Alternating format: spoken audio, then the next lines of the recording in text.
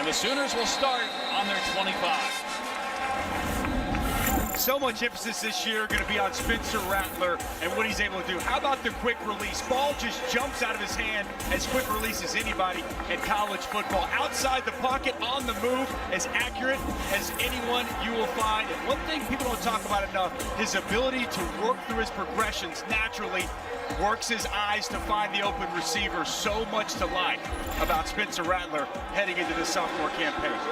The Heisman favorite, preseason first-team All-American and preseason Big 12 Player of the Year. He'll throw it on the first play and dumping it off out of the backfield. No gain on the play. Good tackle by Nick Anderson on Eric Gray, the transfer from Tennessee. I thought in talking, Dusty, with Rattler the other day, the thing that stood out to me the most was when he said of all the accomplishments, the thing that's meant the most to me, being named captain by my teammates. No question. That spoke volumes to me about the maturation process and where he is as a leader of this football team. Rattler will throw it again here on second down. Has time and throws into triple coverage. And it's intercepted.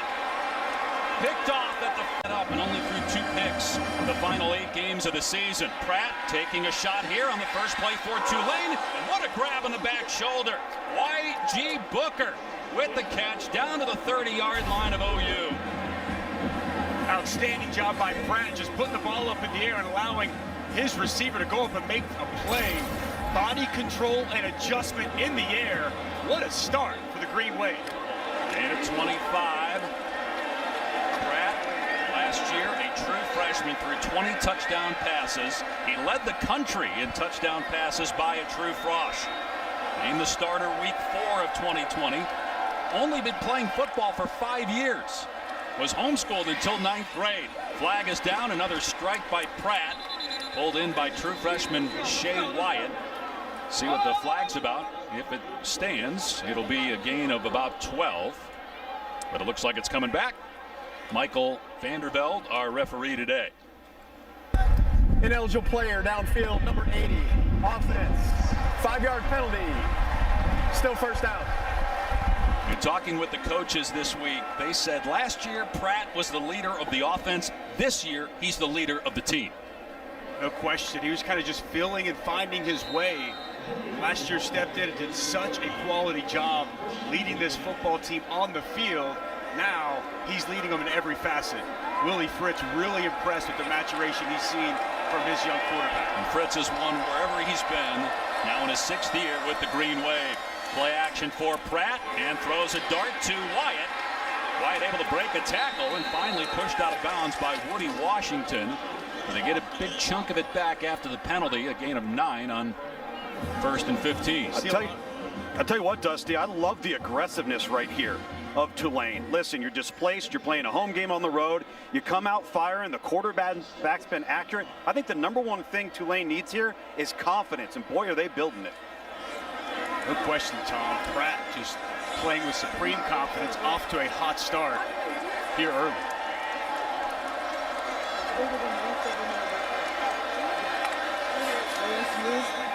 Pratt over the middle, it's dropped right through the hands of Wyatt, who Pratt has targeted 3 times already. It's 3rd down and 5. Run pass option concept, dart on the slant to the true freshman Wyatt. A ball that he needs to come down with. Once again, we're seeing Michael Pratt, as good as he was as a true freshman, so much improved here already in this opening series. And to beat a team like Oklahoma, you can't have drops, you can't have penalties, you can't have mental errors. They get the interception. Are they going to have to settle for a field goal try? Let's see what happens on 3rd down as Pratt keeps it and picks up the first down. Took a shot from Billy Bowman, but still able to pick up 6 yards and move the chains into the red zone. Really nice read there. Isaiah Thomas comes inside. Michael Pratt reads that. He keeps it, and he gets just enough to move the sticks. Quality choice by Michael Pratt to call his own number and pick up enough to move the chains. Tulane has never beaten a top 5 team. The last time they beat a top 10 team was 1973 against LSU. Pratt to the air again with time and overthrows the intended target, Fat Watts. So it's 2nd down. That's the other element of Michael Pratt, Tom, as we watched him on tape together yesterday. Sure, he can throw the football, but clearly a weapon with his legs on the ground. There's no doubt that this run offense with the quarterback's involvement is a big part of new offensive coordinator Chip Long's offense.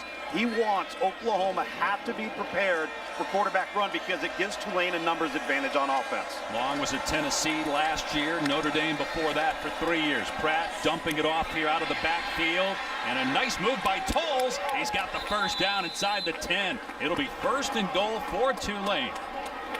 With everything Chip Long dialing up, working, just a screen in the boundary and a nice cut as he outruns the Oklahoma pursuit to the football. Tulane trying to catch Oklahoma offside. Pratt keeping it here and shows some toughness again against that big front of Oklahoma. Josh Ellison trips up Pratt, but a gain of about 3. This Oklahoma defense that we came in praising so high, they're getting punched right in the mouth. You can see a little bit of fatigue already setting in, trying to shuffle guys in and out. And Tulane right there taking advantage, getting up to the football quickly and snapping it really before Oklahoma was ready. I haven't seen Cameron Carroll get a touch yet. He had 12 touchdowns last year, leading the American Conference. And Pratt gonna throw it to him wide open. He walks in for the touchdown. So right up with the stress that everybody has undergone as the extra point slips inside that left upright. It's good. How would the Green Wave? We'll see how Rattler bounces back. And this will be a touchback, and we'll come out to the 25 for OU. Coaching staff and a good defensive play on Gray. He's going to lose a yard, wrapped up by Jeffrey Johnson, making his 32nd career start. Might be their best player on the defensive line. He's big, he's the leader of this group, and he's extremely difficult to block one-on-one. And as they try to replace Creed Humphrey on the interior of that Oklahoma offensive line, did not take long for Jeffrey Johnson to take advantage and get a nice tackle behind the line of scrimmage. Right, you get Robert Conjal starting at center, the transfer from Arizona, but he's not supposed to be the starter. That's supposed to be Andrew Rame. Rame's been dealing with some health issues. Rattler throwing here, got a man wide open, it's caught. And then bouncing off a tackler, but stumbling is Hazelwood, still out to the 48-yard line for a gain of 24. Well, this is a good sign for Oklahoma. Jaden Hazelwood, the former #1 wide receiver a few years ago, he never quite looked himself last year after an ACL injury. Nice job adjusting to the football and picking up yards after the catch. Quick throw here to true freshman Mario Williams, and picks up about 4 before running out of bounds. Williams out of Tampa, Florida. They have a ton of depth at that receiver position, including some great young talent, led by Marvin Mims, a sophomore, who had 9 touchdowns last year. Hazelwood, a sophomore as well. Dusty, good to see Jaden Hazelwood not wearing a knee brace for the first time in over 15 months. Rattler off play action on the rollout and pulled in by Hall for a first down at the 37 of Tulane. A gain of 12 as Hall was running free in the Tulane secondary. That's really when Rattler's at his best. On the move, off platform, accurate throw to his H-back tight end. Pitch to Gray, trying to find some running room off that right side, making defenders miss. Excellent run by Eric Gray, the newcomer of the year preseason in the Big 12. He was at Tennessee the last couple years. Rushed for a combined 1,300 yards there. Such a big addition in the offseason. I had a Tennessee game last year. I thought Eric Gray was the best player on the roster. Excellent vision and a space player who's going to add a lot catching the football out of the backfield for this Sooners offense. You got Gray and Kennedy Brooks, who opted out of last year. Those are the only 2 scholarship running backs that you'll see today. They do have a couple of walk-ons. Rattler, another quick throw to the flat. Michael Woods on the run, trying to tiptoe the sideline. He ends up falling out of bounds, stepping out at the 14-yard line, but it's a first down for the grad transfer from Arkansas. You know what I love? Marvin Mims, a great pass catcher. Watch him block on the perimeter, get just enough of the defender to spring Woods to the sidelines, and a big gain, putting Oklahoma in the red zone on their second possession. Dusty, this is how Oklahoma gets you tired. This is how they get Tulane's tongues dragging. Lateral movement in the passing game. Some movement, Tom, on the right side of the offensive line for the Sooners. That'll push him back outside the 20. False start, number 56, Offense, 5-yard penalty. Still first down. It's on Chris Murray, senior right guard. The first full college football Saturday of the 2021 season. Got some great games throughout the day on ABC and ESPN. Concluding tonight with Georgia Clemson. You got ABC, Sunday Night Football, Notre Dame, Florida State, Monday Night Football, ESPN, Louisville, and Ole Miss. What a slate of college football, Pass. Man. No Lane Kiffin, though, for Ole Miss. Tested positive for COVID. He won't coach that game. Rattler hits Williams again, out in space inside the 15. And dragged out of bounds by Kennedy at the 11-yard line. So pick up about 4 there. Mario Williams going to have a chance to be one of the breakout players in all of college football. And I know, Tom, you love what Mario Williams brings to this team. He's a combination of Brian Broyles and Hollywood Brown. And he's one of those players that can take the top off the defense, but also catch what you just saw, a little bubble screen, take it 20, 40, even 80 yards. He is so exciting. So many things you can do in this offense with him. Kennedy Brooks in the game at running back, but Rattler to throw, and now steps up and takes off. Rattler inside the 10, and down he goes at the 7. Gain of 4 for Rattler, who did rush for 6 touchdowns a year ago. It's a big third down here. Third down at about 3. Playbook wide open for Lincoln Riley. 3rd and 3. Run, pass, everything open at his disposal. Kennedy Brooks a little bit bigger running back in the game as opposed to Eric Gray.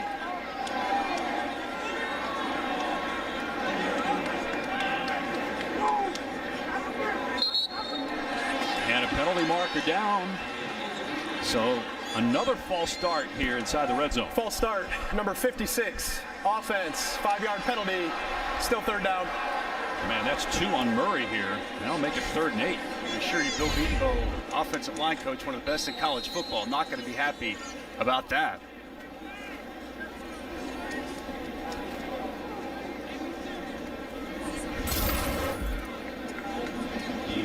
So 3rd down and 8. They're going to flex Brooks out here and go empty. Rattler trying to bounce back after the pick to start the game. He's in trouble here. Flushed out of the pocket, but has a receiver. Caught for a first down inside the 5. Short of the end zone is Brian Darby, but it will be a fresh set of downs for the Sooners here at the 3-yard line. Spencer Rattler moving to his right is as comfortable as he's going to get on a football field. Big 3rd and 8 conversion, and Brian Darby, a big hit after the catch, holds on to it, a crucial first down to keep this drive alive. Seen a handful of different receivers make catches here on the 2nd possession for the Sooners. Rattler under center here on 1st and goal. Gives it to Gray, and he's cut down. Did he get the ball across? He did not. They roll him down at the 1. It'll be 2nd and goal from there.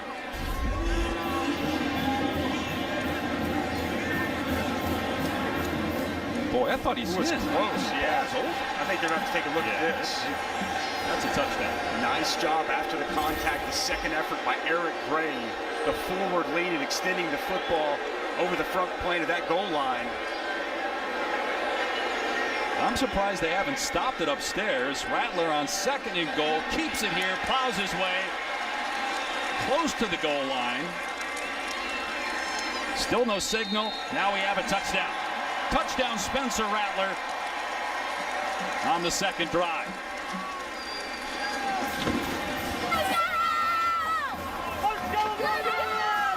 Well, that's the response you want to see for this Oklahoma offense.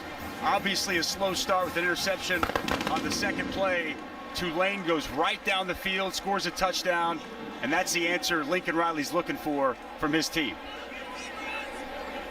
We talked a lot about Rattler and that defense, but Oklahoma, in terms of their special teams, as good as anybody in college football as well. They have a transfer punter, Michael Turk from Arizona State, a 2-time first-team All-Pac-12, and they have one of the best place kickers in college football in Gabe Burkich. Made 4 50-yard field goals a year ago. He's never missed an extra point. So another weapon for the Sooners as they look here. I don't know how, though, you can overturn this. You can't see the ball. You can't even see Rattler. I mean, that's the goal line there. He's over the goal line, so.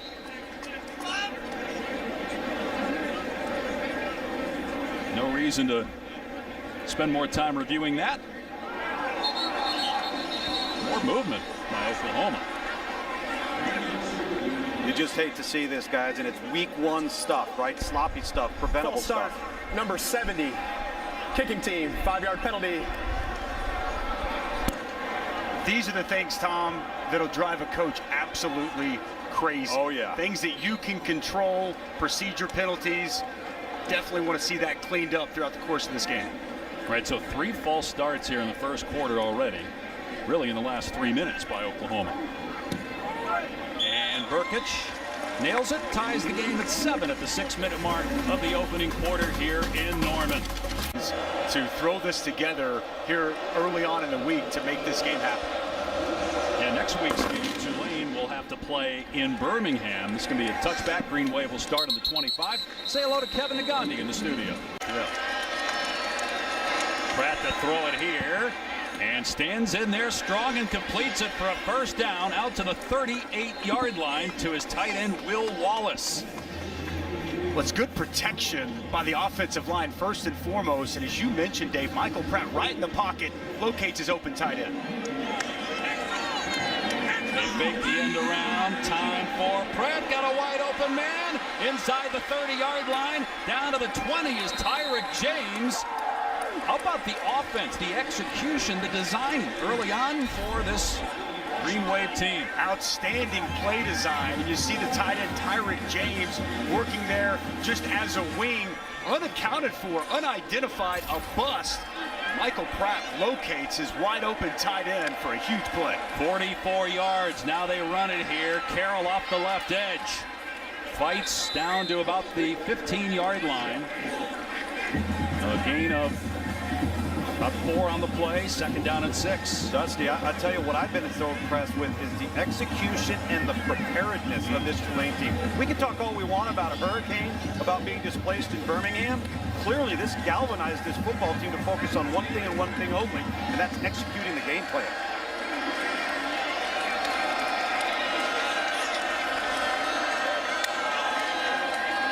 Here's a jet sweep to Tolles.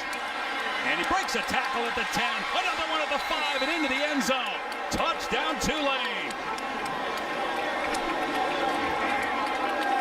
Wow. This Tulane offense under Chip Long. Now, he coached the bowl game last year, but his first real game to implement his scheme, his style, what he expects from this offense. How can you not be blown away with what we've seen here? A lot of motion, and it was motion once again.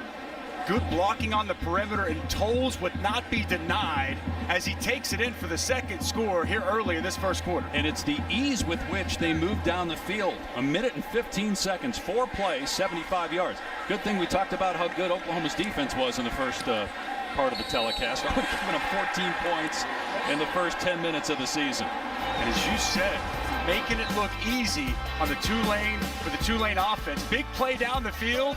The Tyrick James, and how about Tolles capping it off? And the Tulane Green Wave alive and well here in Norman. Force here early. Another deep kick, so it will come on to the 25 for the first 10 minutes of this game. Rattler off play action. His pass is caught, and then after the juggle, caught again by Marvin Mims, their best receiver, out to the 48-yard line, a pickup of 23. Here's that quick release on display. Ball just jumps out of the hand of Spencer Rattler, a wide open Marvin Mims. Good concentration after the bobble to come down and complete the catch. Mims had 37 catches a year ago, originally committed to Stanford, National Honor Society student. Wide receiver screen, Hazelwood, and a good stick at the 49-yard line. Angelo Anderson with the hit. Gain of a couple. You know, Dusty, you don't win as many football games as Willie Fritz has at Tulane without having a plan, without knowing what you're doing, without having your teams prepared. This is a team that doesn't turn the ball over. They know what they are on defense. They know what they are on offense. And they look like they've played 3 games today. They're going to get a free play here offside. Rattler going to take a deep shot here into traffic. Mims on the catch. He's free at the 10-yard line, heading for the end zone. It's a touchdown for Mims.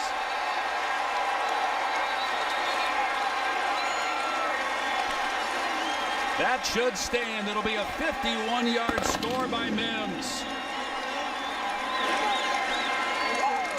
Well, that did not take long for Spencer Rattler and Marvin Mims to answer the Tulane Green Wave.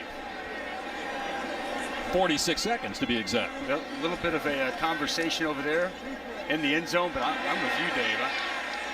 I think they're going to take a look at this and realize this is 6 for number 17. Ruling on the field is a touchdown. Offside, number 77. Defense. That penalty is declined. Touchdown, Oklahoma. Marvin Mims had 9 touchdown catches a year ago. This is outstanding protection from the Oklahoma offensive line. Look at the adjustment by Marvin Mims.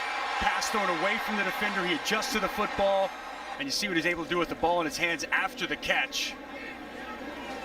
As he fights, scratches, and claws, and finds his way into the end zone. Nice start for the sophomore after a phenomenal freshman campaign. I don't know, was his knee down there and the ball short of the goal line? It didn't appear, hard to tell there, that he stepped out. Looked like maybe that foot still off the ground. They're looking at this upstairs.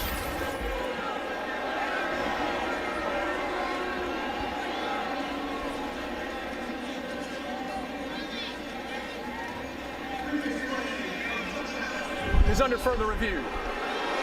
Again, initially we thought he was in, and then as we slowed it down for you, there's some question as to whether the knee was down before the ball crossed or hit the pylon, and whether that foot, that left foot, the outside foot, stepped out of bounds.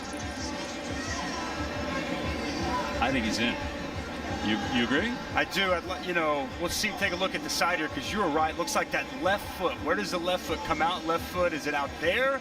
The left foot's out there. It's before the ball crosses the goal line. But can you see it? And they have to sink it up. Yeah. Where is the left foot? And where is that football, and that left foot goes out of bounds? And again, has to be indisputable video evidence beyond all doubt. I know that folks have been waiting for us to say that for 9 months. No doubt. And you'll hear it a lot over the next 4. You almost have to piece it together, Dave, right? You have to take a look at from the back when that foot touches, and then go back and piece it from the side, because there's not a great view as to where that foot's out there. And the knee, too. What about the knee? Again, it seems like I don't think you have enough to overturn That's it, even if you shot piece it there. together. But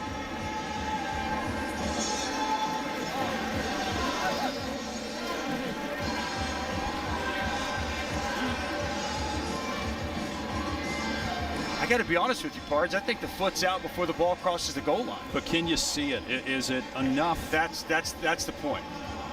And it was a touchdown on the field. Right, it was the knee, too. That left knee, hard to tell if that's still off the ground, but because the ruling on the field is a touchdown, seems that it would be difficult to overturn it, although there was a play on the last drive that looked like there should have been a review, because it appeared that there was a touchdown, but the running back was ruled short, and they didn't review it. So those are at the exact same time, Dave. Those are synced up perfectly. Great job by our camera crew, our guys in the truck, getting all the pictures. So that's his left foot, and he's out. Yeah, I think he's going to be short of the goal line. After reviewing the play, the runner is out of bounds short of the goal line. The ball we placed at the 1-yard line. It's 1st and goal, Oklahoma. That's really well done by our truck and Yep. by the officials, piecing that together Yep. and coming up with the right call. Bill Scott, the replay official, and they got it right. So it'll be 1st and goal from the 1. Still a 50-yard catch and run by Marvin Mims.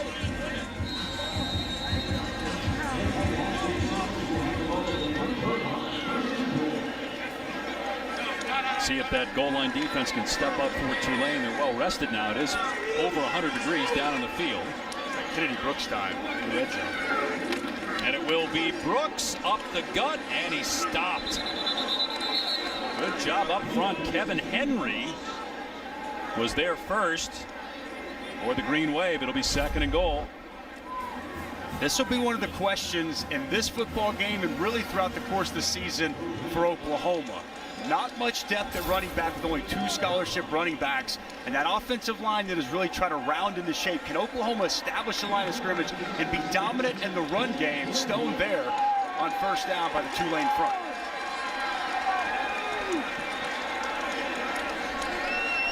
That's the true freshman, Caleb Williams, very mobile. Right, coming in here at quarterback. Williams going to keep it, and on his first collegiate play, he's into the end zone for the touchdown.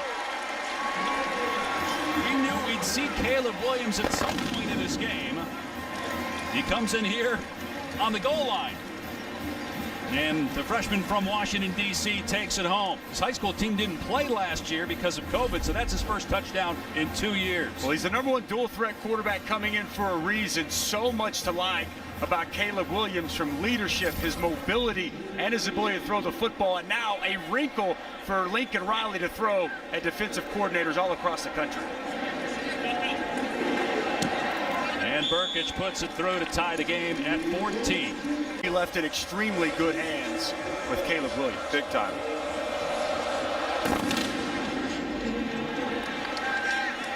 Let's go over the head of Johnson for a touchback. Let's go to Kevin in the studio.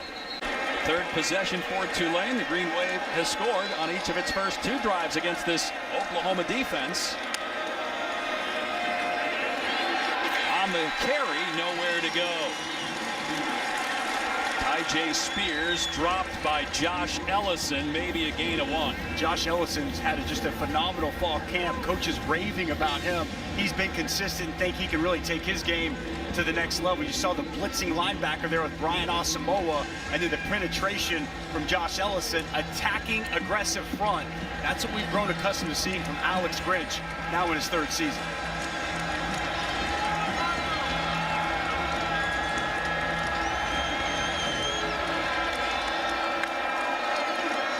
And they're going to run it again here with Spears, and he's got some room off that right side, and he picks up a first down. How about the push up front by that offensive line, springing Ty.J. Spears for about 10 yards. The entire right side of the offensive line, tight ends included, just mushing the Oklahoma defensive front, and a quality pickup on the outside zone from Ty.J. Spears.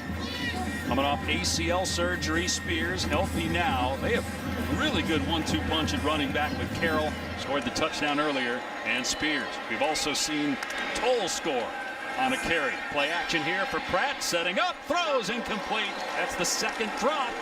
This time it's Jackson. It was Wyatt earlier. That should have been caught for a first down. That's a good pass by Michael Pratt. You're exactly right. DJ Graham working in man-to-man coverage, and Jackson has a step on him.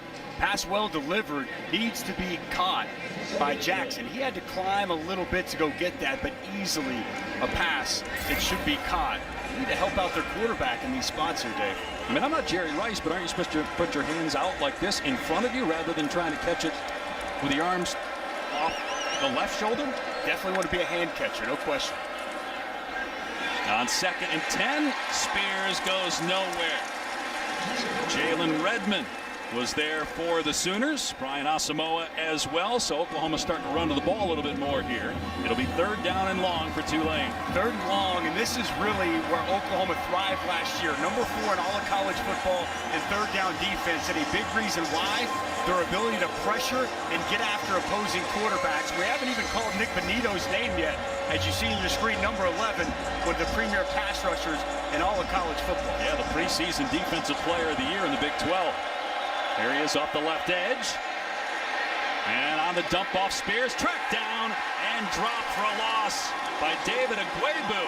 6'4", 250-pound middle linebacker. Another player they think has the potential to be special on this Oklahoma defense. And Tulane will punt for the first time. Well, it started with the pressure from Jalen Redmond. Gets the hit on the quarterback, and then outstanding pursuit to the football.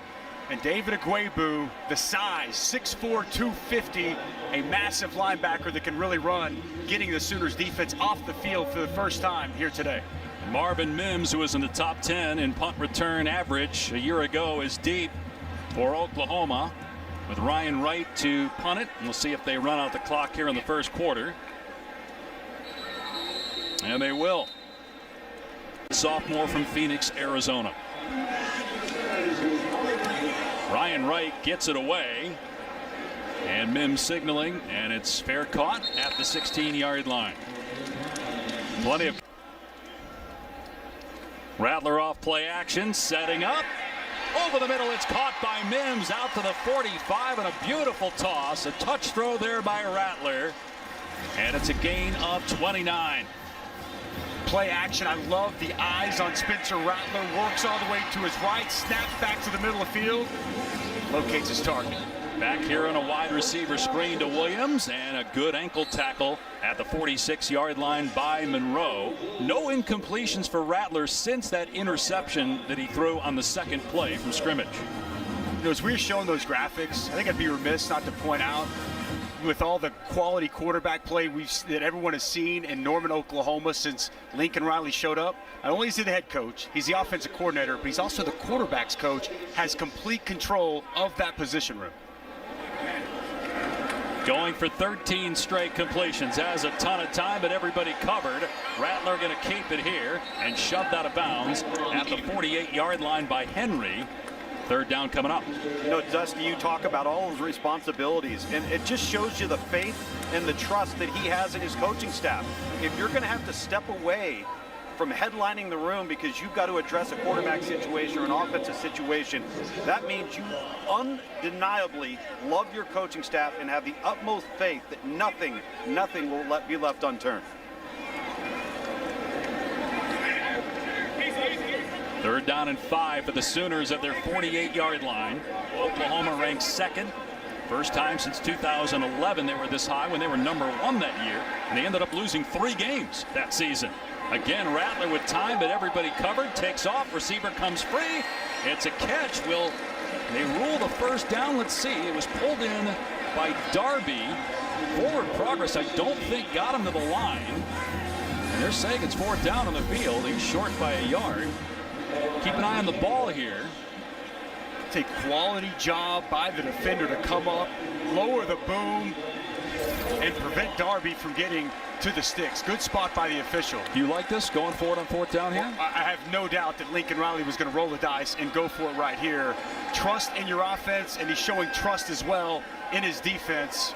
I do think this is the right call at this juncture in the game. You got Jeremiah Hall in the backfield as well. Brooks with the carry, gets it easily, and then some, inside the 30-yard line. They finally get him down inside the 20. Larry Brooks on the takedown at the 18. Now there are a couple of penalty flags on the field, on the far side of the field, downfield, after that 33-yard pickup. Gonna have some extracurriculars here, guys. So, Luke, it's nothing during the play, you don't think? It's during the course of the play, yes. Personal foul, hands to the face, number 7, defense.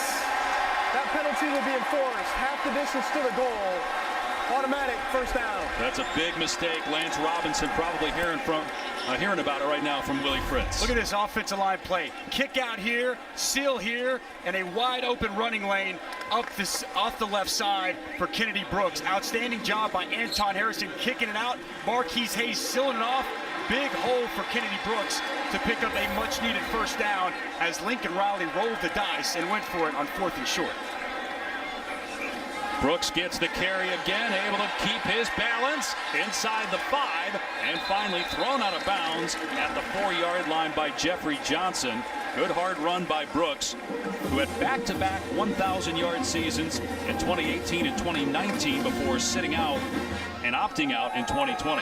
See some of the physicality and balance there on the run by Kennedy Brooks. Somebody DeMarco Murray, running backs coach, happy to have back in his room and a part of this Sooners offense. DeMarco himself, great player here at Oklahoma. Played 7 years in the NFL. Got into coaching after a brief stint in broadcasting. 2nd and goal for the Sooners. Rattler rolling out. Dumping it off to Mims. Breaks 2 tackles. Tried to reach the ball out, but was short of the goal line. Out of bounds inside the 1. So it'll be 3rd and goal for Oklahoma. Like the play design, move Marvin Mims across the formation. You see Marvin Mims a little bit slippery there, tough to tackle by the Green Wave defenders, just shy of the goal line. already over 100 yards today. Had 50 on that one catch. Rolled a touchdown on the field. Replay overturned it. So we saw Caleb Williams in at quarterback the last time they were down here in goal line. Rattler's in there now for 3rd and goal from the 1. Rattler keeping it over the top. He's gobbled up as he tried to lunge forward and did not get it. It is 4th and goal. They just went for it on 4th down from midfield, so you'd think they'd do it again here. Dorian Williams, Dusty, just pops Spencer Rattler right there at the top. No doubt, meets him right at the goal line. It's a submarine from the front. They go low. Williams goes high and meets the quarterback right at the apex, and a quality stop on 3rd and inches. Do you do it again here? You just plow forward again here with Rattler? Yes, I think that it's the exact, I think you roll right back with it.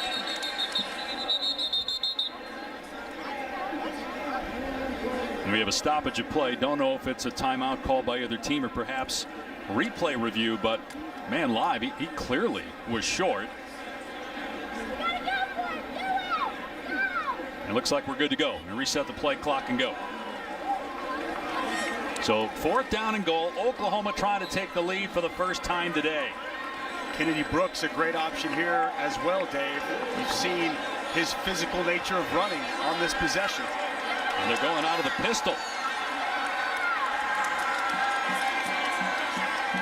Now Rattler comes under center. Brooks on the carry. He's in. Touchdown. Oklahoma takes the lead.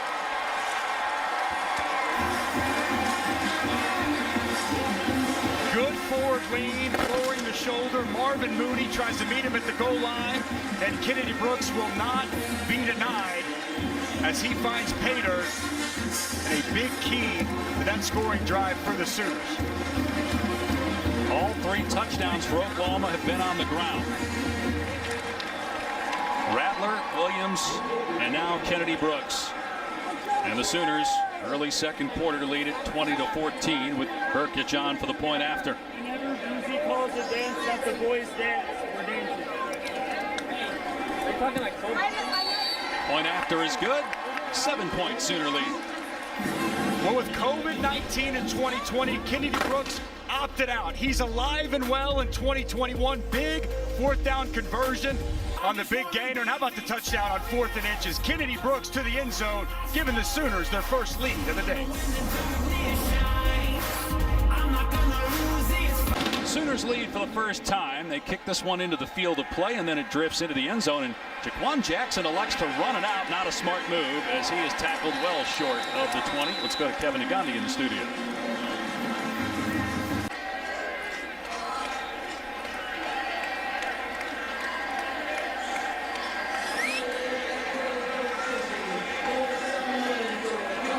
Here a nose tackle. That game's for you. Heck yeah, a little throwback. Defense being played in the Big Ten today. What a great matchups in Big Ten in this week 1 of college football.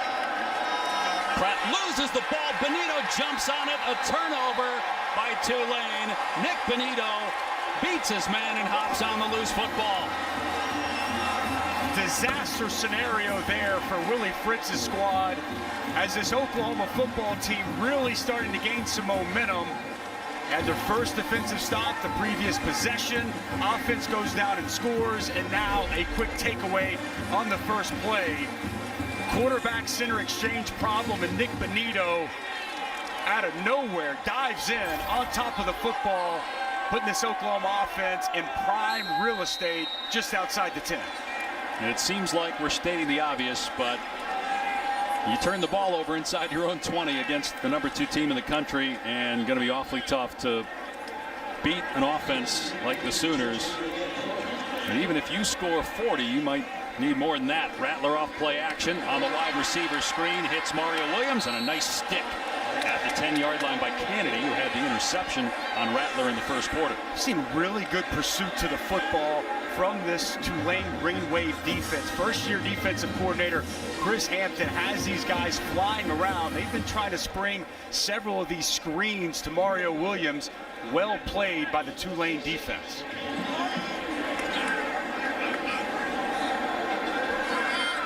Chris Hampton, first year as the D coordinator. He was at Duke last year. 2nd and 8 for Oklahoma. Play action for Rattler. And on the fade, it's broken up. Intended for Hazelwood. Jalen Monroe made the play. The Sooner crowd wants penalty marker but won't get it.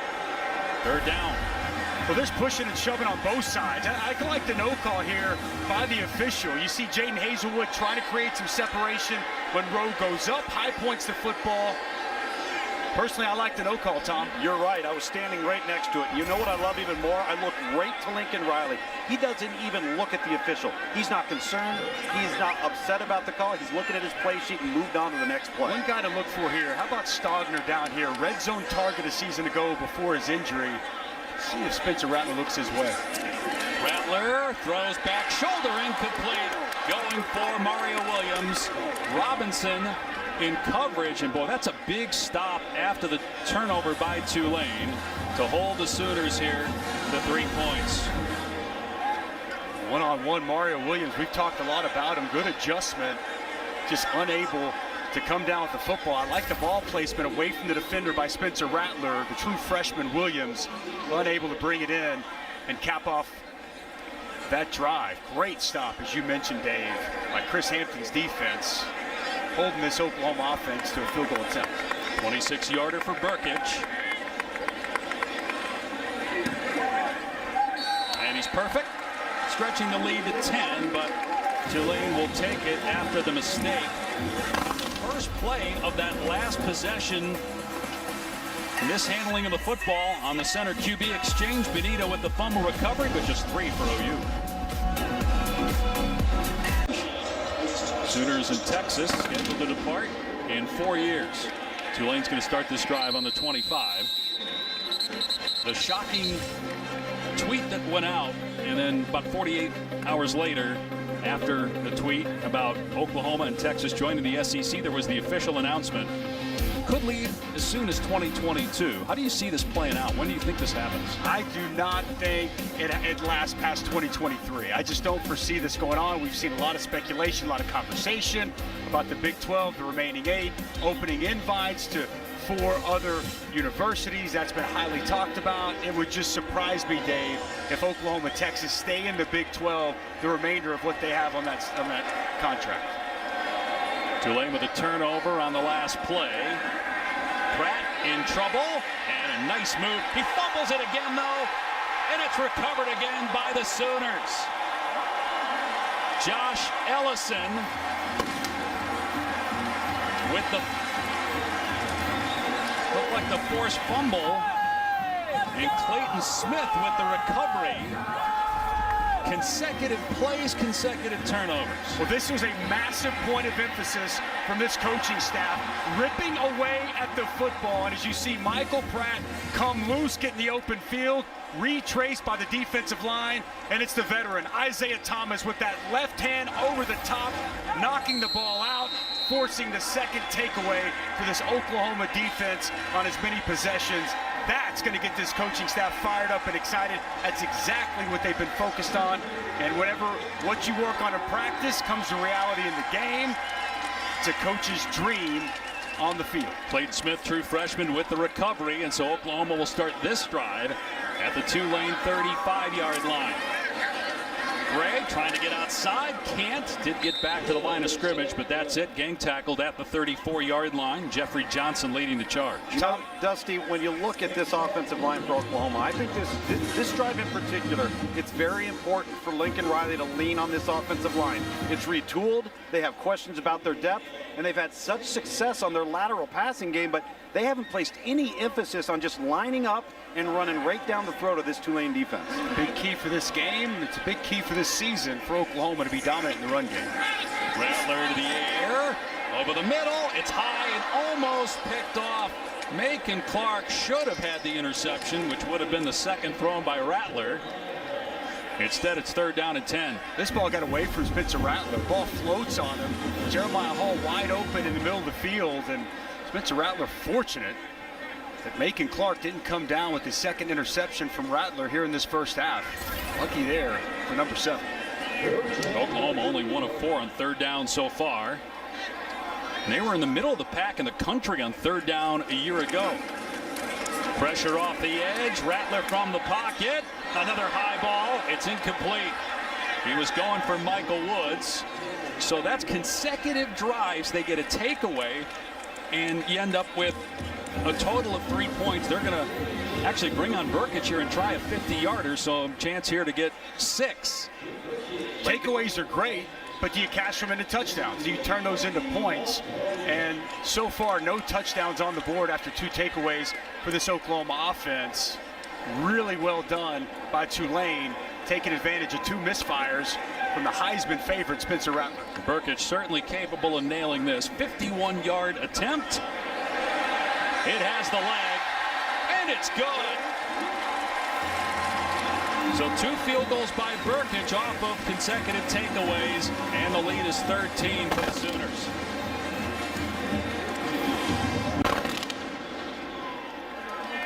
Touchback, it will come out to the 25 here for Tulane. In this play, he was on the last 2, although the first one, again, he was trying to roll out and just mishandled the snap. Long throw here, it's caught, and there's some room for James down the sideline. Bumped out at the 36. The first down. Tyron James wide open on the near sideline. Some miscommunication there with coverage as the tight end unaccounted for by this Oklahoma defense, and Pratt fires a strike to move the chains. That defense has lost James a couple times here in this game. Yes, they have. Unidentified guys down the field, not something Alex Grinch is going to be happy about when they look back at this tape. Handoff, Carroll, upended for a loss at the 34-yard line. It's Pat Fields, 2-time captain, senior from Tulsa, making the tackle for a loss. The veteran comes up from the safety position inside the box, knives underneath the offensive lineman. It's a quality tackle for loss behind the line of scrimmage. That's what this defense is predicated on, playing on the other side of the football. Nice job by the senior, making a solid open field tackle.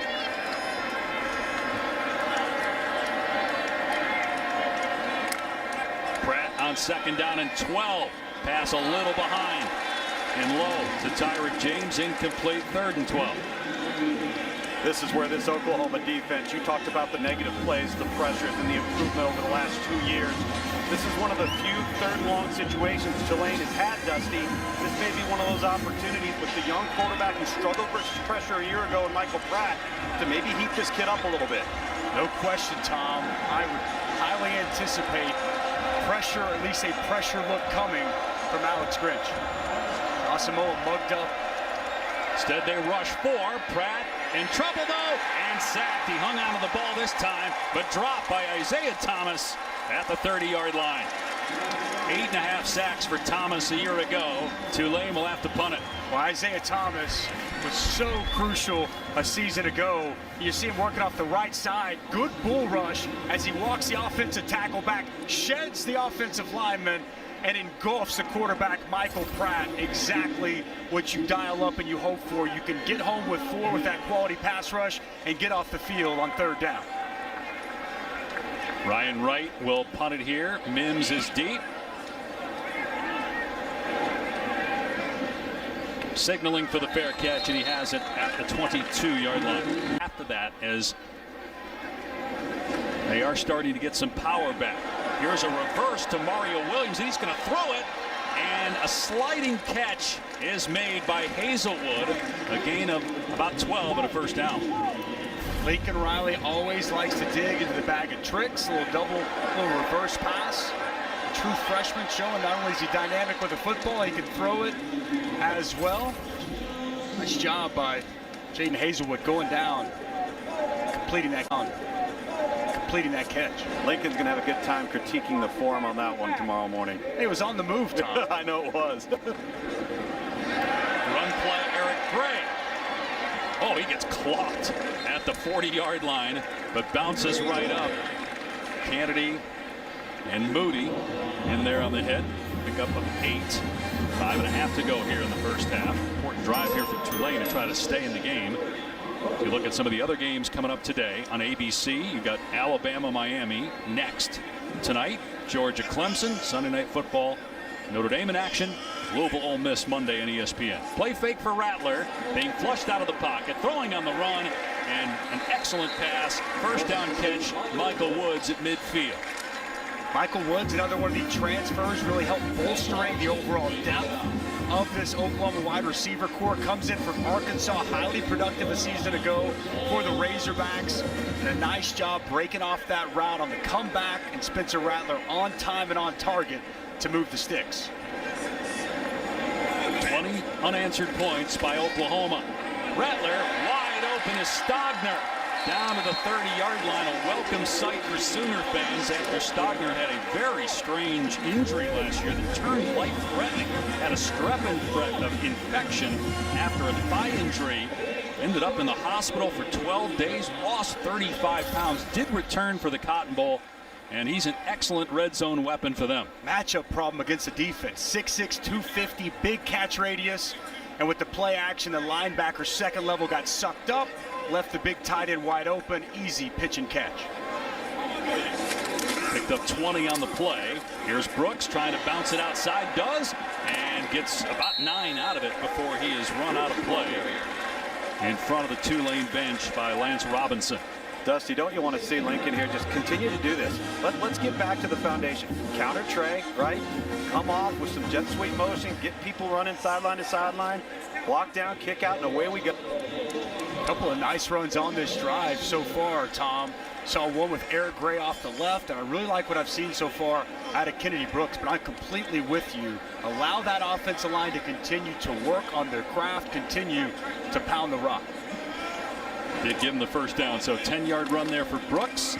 They'll go back to him here, and he breaks a tackle at the point of attack inside the 10, and finally brought down at the 6-yard line, but that's a gain of 14. And Oklahoma looking to go up 20 now.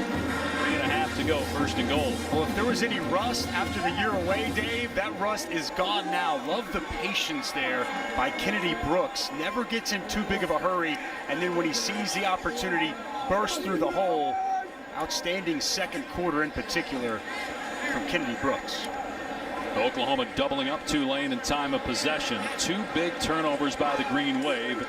Deep in their own territory. Big reason why Oklahoma has a commanding lead. Out in space, Mario Williams trying to get to the corner. Dives for the end zone. Touchdown, Oklahoma.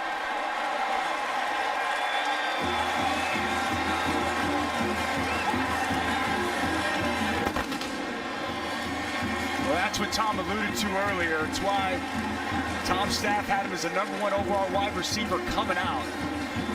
You see with the football in his hands the type of dynamic playmaker he can be. Really, it was good defense initially, but you saw the juke and jive, the head fake in, allowed Mario Williams to get to the sideline, get outside contain, and find his way into the corner of the end zone. Well done by the true freshman in his first Sooner touchdown.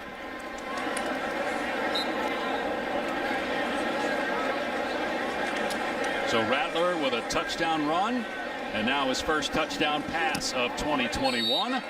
Extra point is good. It's a 20-point quarter for Oklahoma, and now the Sooners up big late in the second quarter, 34-14 here in Norman.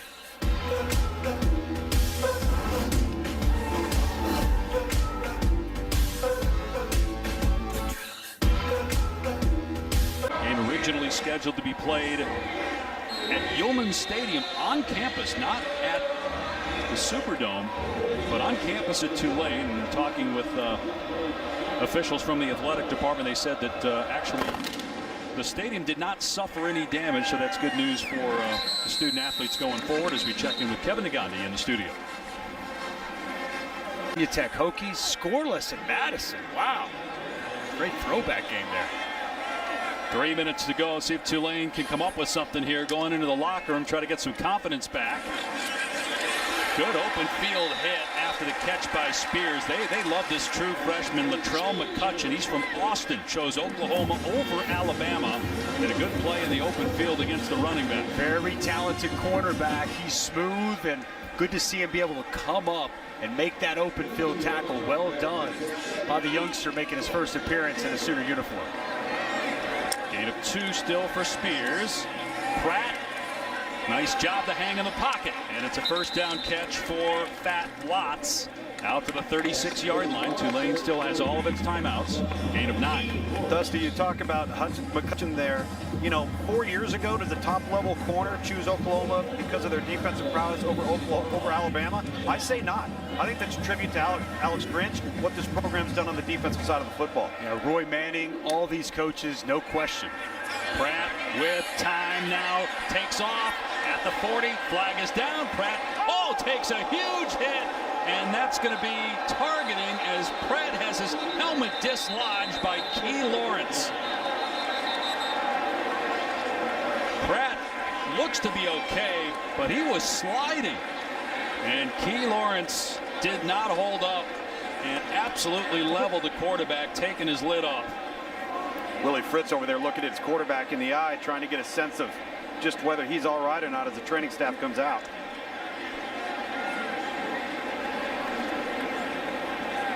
Hope that he's okay. Just a big-time hit as the helmet comes popping off. I got to say, though, shoulder hits Pratt in the midsection.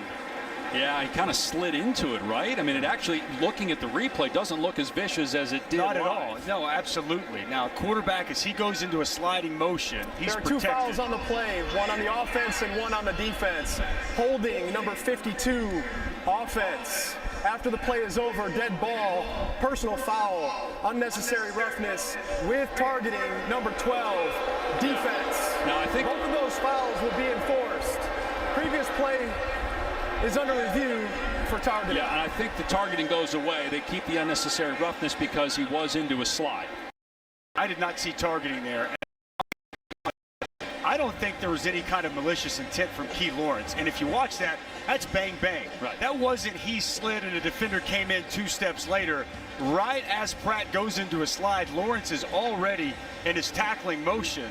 Now, the quarterback, he has that freedom, and clearly there is an emphasis to protect the quarterback. I mean, it didn't seem that there was a launch, a thrust, or I mean, you had the severe strike, but nothing to the head or neck area either.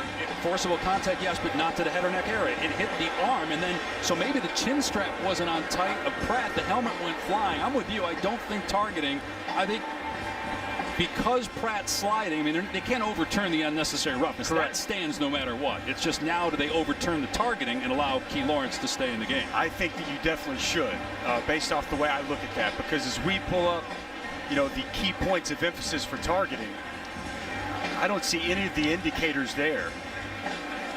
Man, that looks absolutely vicious, and you really hope Michael Pratt's okay. That's really tough as a defender because he's coming to hit, Dave, before Pratt even starts to slide. And as Key Lawrence, the Tennessee transfer, again, already in the tackling motion, then that's when Pratt goes to slide. That's a really tough situation to be in as a defender. But again, they're always going to caution on the side of protecting the quarterback. I see nothing there, just like you said from the onset, that indicates targeting. I think that should come off. After reviewing the play, there is no foul for targeting. Number 12 made contact below the head and neck area. The penalties are still enforced. It's first down, and number 7 and number 12 can both remain in the game. So there you go. Because the helmet came off of Pratt, you normally have to sit unless there's a defensive penalty. Because there was a defensive penalty for unnecessary roughness, again, that stands. You can't overturn that. Pratt gets to stay in the game, and then Lawrence isn't ejected because the targeting is overturned. So you got the offensive holding call, and then the unnecessary roughness call. Pratt, though, maybe perhaps they want to make sure he doesn't have a concussion, is out of the game, and so true freshman Justin Ibieta, who they are very high on, they think has a great feel in the pocket and outstanding arm talent. He'll come in here with 2:03 to go. Great size as well, 6'5", 230. And Chip Long, we asked him about him on Wednesday when we spoke with his staff, raved about the upside and the arm strength of his backup quarterback, Ibieta. Tulane still with 3 timeouts remaining. Green Wave trying to put something together here going into the locker room. Ibieta's going to throw it here on the first play, and His pass way off the mark. A wobbly throw that was well behind Booker. And now Pratt's going to come back into the game. Pressure there. Jalen Redmond barreling down on Ibieta. Off target with his initial throw. Great sign. Michael Pratt back on the field. Looking healthy after that vicious hit. Right, so they weren't concerned about a concussion. You wonder if there was an equipment issue. Otherwise, why is he on the sideline there? He was out for one play, and he didn't have to be. Pratt keeps it here, and he's brought down at the 47. We'll see if they use a timeout here or not. Dave, I think that was a safety precaution, a safety measure. As the athletic staff brought him to the sideline, I think before they let him return, even with the rule, they wanted to be sure they weren't putting a player out there that didn't have all his wits about him. Right, no, I understand that, but then why put him in after one play? They obviously worked through the protocol and felt pretty good about it. Third down, Oklahoma's had a lot of success putting pressure on the quarterback the last few possessions. They're going to run it off the left side, and he's not going to get the first down. Spears tackled about 3 yards short. We'll see if Tulane elects to go for it on 4th down and 3. Expect Oklahoma to use a timeout here, Dave. Tulane's going to call a timeout. You'd think they'd go for it here at this point. Trying to get some momentum going into the locker room rather than kick it back to a red-hot Oklahoma offense. In mind with Michael Pratt as your quarterback. They'll shift Spears into the backfield here on 4th down and 3 for Tulane. Pratt throwing to Spears. It's caught, makes the man miss, and gets the first down. Clock will stop to reset the chains, and they have those 3 timeouts. IJ Spears, such a weapon for the first 3 games last year before he got hurt. A well-rounded running back. As you see, the quality, ability to catch the football out of the backfield, make the initial offender miss, and move the chains. Inside a minute to go. Pratt to the air again. Throws it deep. Juggled. And almost picked off by Billy Bowman on the pass intended for Toltz. Bowman, a true freshman out of Denton, Texas. Oh, big hit by Deshaun White, the blitzing linebacker. Pass sails on Pratt, the true freshman Billy Bowman, who this staff just raved about. Starting at nickel, climbs the ladder and can't bring it down. Look at him, Dusty. He's 5'10". Man, thinking about Michael Pratt, though. He's taking some real shots here in the second quarter, Tom. Nobody's questioning his toughness, there's no doubt. He'll hand it off on 2nd down, and no running room whatsoever for Spears. Tulane's going to have to use a timeout. Delarian Turner Yell with the trip up. 3rd and long here for Tulane. I actually think we might be off on the timeouts. I think Tulane actually only has the 1 timeout left. Tomorrow night, the only college football game on the schedule is on ABC right here with Florida State trying to knock off number 9 Notre Dame. Kyron Williams coming off a phenomenal 2020 at running back for the Irish. Over 1,100 yards and 13 rushing touchdowns, the most at Notre Dame in over 20 years. Exciting player to watch. I like his physicality. The most intriguing part to me for Notre Dame, Jack Cohn, former Wisconsin quarterback, taking over for Ian Book. How is he able to navigate that offense? Clearly with a strong running game with Kyron Williams, but new face behind the center for the Irish starting tomorrow night. So we have it as 2 timeouts. One of the officials said they have 1 left, so we'll see. Got to pick up the first down for it to matter. 3rd and 9 for Tulane on the OU 45. Pratt in trouble, gets rid of it, and it's dropped incomplete. There was pressure immediately in the backfield. 4th down. Well, it's Nick Benito coming off the edge. Watch the inside move as he's just going to work right underneath the offensive tackle and get there really before Michael Pratt's able to allow that screen to set up. That initial first step quickness, so potent for Nick Benito. They were trying to set up the screen. They didn't even have time to get that set up. Yeah, he just wrecked the play, as he does so often. Tulane going for it on 4th down and 9. Down 20 points. Pratt, arm is hit, ball comes out on the ground. Doesn't matter who recovers it because it's Oklahoma ball. Reggie Grimes coming from behind, chopped it out. It'll be OU ball at the Tulane 40. We've been waiting for Reggie Grimes to really turn into the premier pass rusher that they thought. And it's just an outstanding job off the edge, not just getting to the quarterback, but then the ability to get the ball out. It was Redmond with a recovery, Grimes with a forced fumble. Let's not forget, guys, you know, Lincoln Riley feels really comfortable in the field goal game to 55 yards. So they're in a great spot here to put some more points on the board before we go into half. How about that dip, though, by Reggie Grimes, showing the athleticism, getting under the tackle, Joey Claybrook, and then getting there smooth, almost effortless, knocking that ball loose, setting up Spencer Rattler in the offense in prime real estate. And boy, Pratt hit the deck hard again as Rattler drops the throw here on first down, trying to dump it off. It's caught by West, and good flow to the football by Tulane. West taken down for a loss, and then Nick Anderson, their leader on defense, is shaken up. And you hope that's just a cramping issue with a temperature near triple digits for Nick Anderson.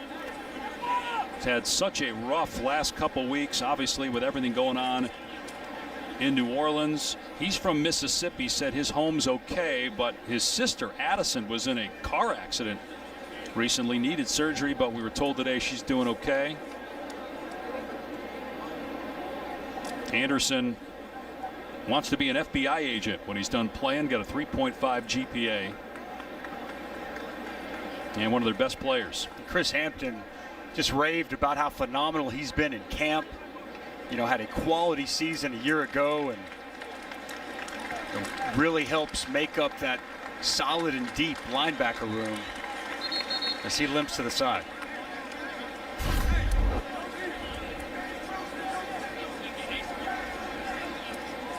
You see Anderson get up and just go to the ground, which would indicate a cramp. You hope that's all it is. 22 seconds remaining here. Oklahoma with one timeout left. Tom mentioned the range of Gabe Burkage. He's already made a 51-yarder.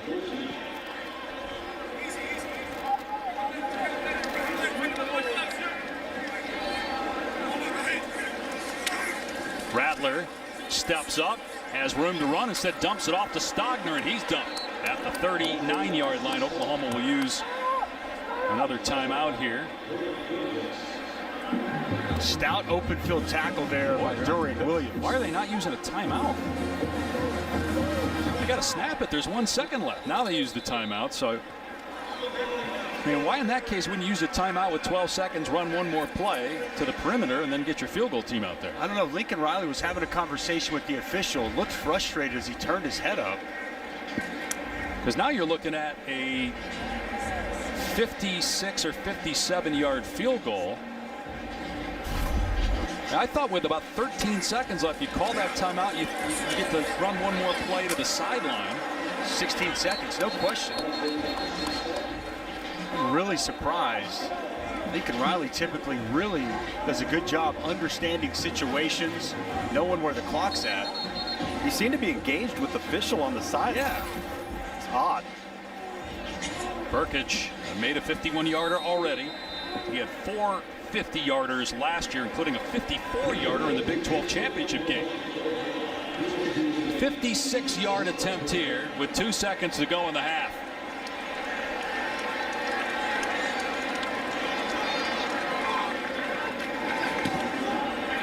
Burkage unloads. Boy, this would have been good from 66. Oh my goodness.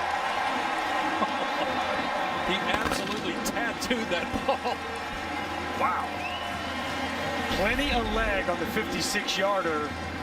Drano is the answer as we go to half, Parker. 30 unanswered Oklahoma points, including that 56-yard three-pointer by Gabe Burkage. When we return, Kevin Agandi, Booker McFarland will catch you up with everything on the State Farm Halftime Report after this message and a word from our ABC stations. college football in touchdown passes, but gets that year of eligibility back. And he's only been playing football for about 5 years. Was homeschooled through 8th grade, started playing football in 9th grade. He's in trouble here in the first play, gets rid of it and completes it to Tyrek James. He fumbles the ball. And it looked like Will Wallace recovered it. He did. Pratt took a big hit that time from Isaiah Thomas. Isaiah Thomas having himself a ball game. Boot action, Isaiah Thomas. Ooh, they missed a face mask there. Oh, man, head hits the turf hard. We've seen that 3 times now. Man, Michael Pratt taking a pounding here this afternoon. That's a missed personal foul. You hit the quarterback in the head and drive his head to the ground. 2nd and 14. Carroll runs it and finds a gap that closes at the 30-yard line, so they get a big chunk of it back. 3rd and manageable here, 3rd and 5. That's one thing. I know that they're down 23 as we start the second half. They still need to be able to run the football, not be so predictable, and pass on every down, allow this Oklahoma pass rush to get after Michael Pratt. 3rd down been a problem the second quarter for Tulane. Opportunity here on this opening possession.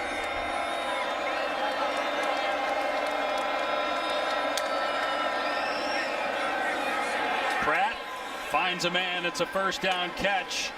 A flag comes in late as Wyatt made the catch.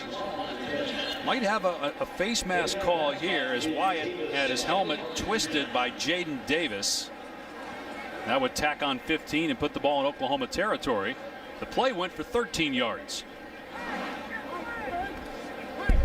Personal foul, face mask, number 4. Defense, 15-yard penalty, automatic 1st down. Properly identified by you, partner. Jaden Davis coming in, breaks that face mask there.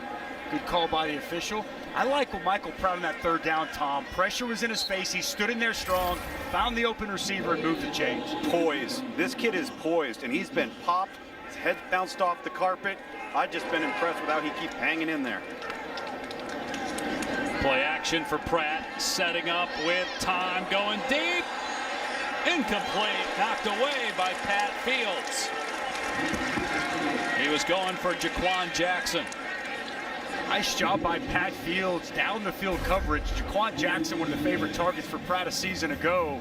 Gets good position inside, gets that hand in there to knock the pass away. Quality job by the senior, being in good position and making a play on the football.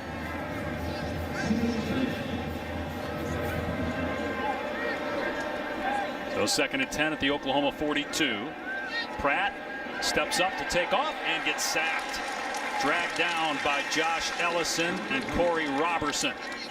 That's good coverage down the field to allow those defensive tackles to get another hit on Pratt as you see him hobble going back to the huddle. And against the pressure today, we've seen the struggles for Michael Pratt in the first half when he was blitzed. His numbers not nearly as impressive as whenever he had time and a clean pocket to distribute the football. Pratt weighs 210 pounds. He put on about 15 pounds in the offseason. At one point got down to 185 last year. Pratt on 3rd and 11, leaving the pocket here and throwing a good ball, but well short of the line to gain.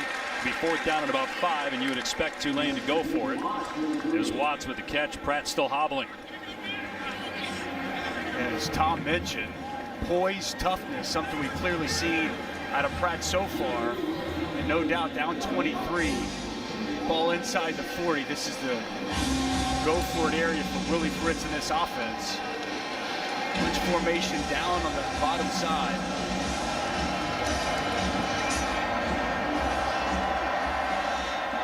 Here comes Benito. He gets dragged down, and Pratt has an open man. It's James for the 1st down to the 20-yard line. And Pratt, despite all the hits, hanging in the pocket. That's an 18-yard gain. Like the way he's surveying the field. His eyes go all the way to a 2nd and 3rd outlet. Nice pass. Pratt throwing again. It's behind the receiver, incomplete. Now, Michael Pratt wearing the number 7. He wore a different number in high school, but he changed that number after his best friend, Bryce Gowdy, who he played football with in high school, committed suicide. And to honor his good friend Bryce, who is going to play at Georgia Tech. Pratt changed his number, got a tattoo on his arm with the number 7 and the word believe, which was Bryce Gowdy's motto growing up. And Pratt's been through a lot. Throws here off play action and had a man, but threw it too. Let's see what Pratt does here on 3rd down and 10. He's 2 for 7 throwing it on 3rd down so far in this game. Oklahoma press coverage the last couple of plays, man to man. They run it, trying to get outside is Carroll, and Oklahoma just too much speed on the perimeter. Carroll loses a couple of yards, and 4th down and forever, but Willie Fritz may keep. Now he's going to bring on the field goal team here in 4th down and about 13. We haven't called Perrion Winfrey's name much today, but we anticipate and expect big things for the nose tackle, the Oklahoma Sooners. Explosive, disruptive, and unblockable on that 3rd down as he's able to help the Sooners get a big tackle for loss. Graham Dable from 41 yards trying to get 3 points here for the Green Wave. And this kick is way wide to the left. So it remains 37-14. Second-ranked Oklahoma up big here in Norman. It's not college football until we see Luganville inhaling a burrito in a student section. Here's Eric Gray breaking a tackle initially, then finally they track him down at the 28, pick up a 5. These are the facts, Dave.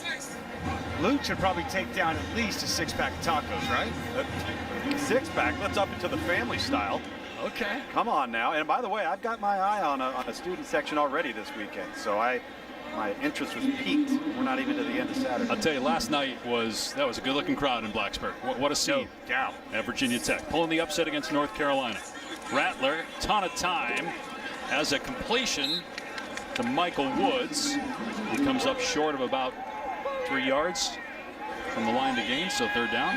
You know, Dusty, there was one of those parts of Spencer Rattler's game that we talked about coming into this game where he has a tendency to float and fade back because he has such trust in his arm talent, but it can get him in trouble. It can make him a little inaccurate, and I think he's got to settle in there, have a base platform, and drive off his back foot if he wants to maximize those throws.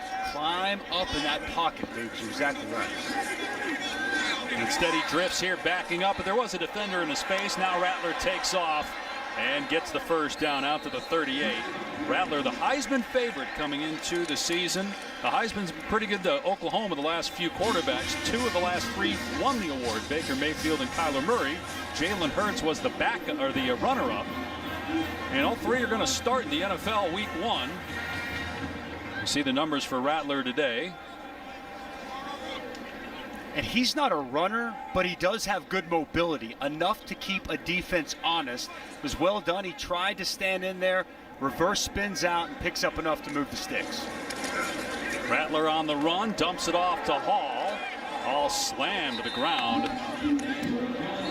Marvin Moody lost his helmet, and he'll have to go to the sideline for a play. Great success by Oklahoma at the quarterback position over the last 4 years, going back to Baker. You know, guys, what stood out to me, we talked with Spencer on the phone for about 15 minutes the other day, was how he's embracing the idea of being the leader of the team. That's exactly right. He understands his role now, and you even heard Lincoln Riley talk about that. And Lincoln Riley told him, take ownership of this football team, and it sure appears that he has. Here's Hall on the catch again. Comes up short because Baker Mayfield, the ultimate leader, right? Ultimate leader, that's right.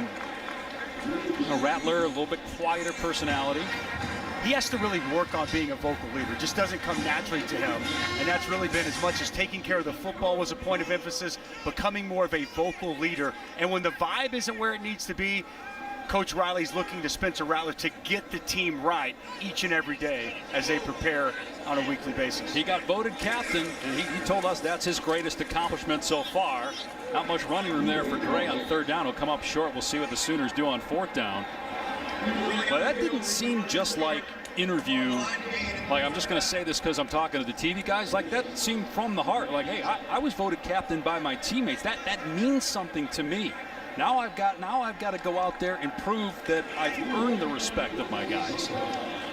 And isn't that exactly what you want from your quarterback, especially somebody coming in that didn't have those natural leadership abilities and really worked on that? And I think Lincoln Riley deserves a lot of credit for that as well. Pushing him, prodding him, pushing the right buttons to get the most out of Spencer Rattler as a leader.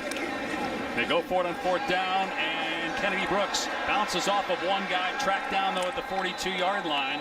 And so Tulane's going to take over on downs in Oklahoma territory. Downs in Oklahoma territory, but down 37-14. Check out the upcoming AAC schedule on ESPN+. A really good Cincinnati team under Luke Fickell, ranked 8th preseason, taking on Miami, Ohio.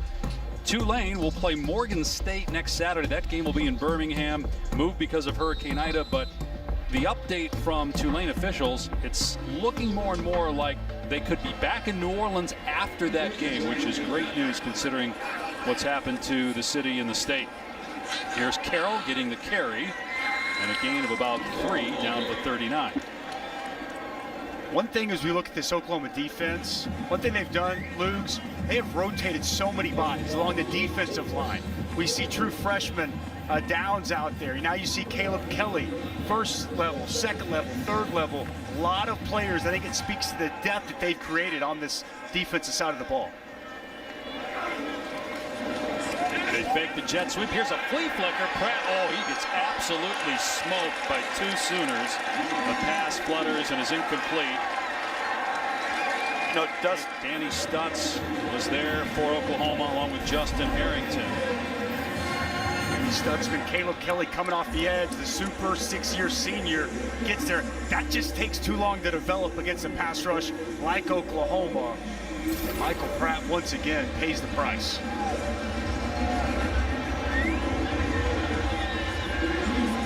So 3rd down and 7, 4 down territory for Tulane, trailing 37-14.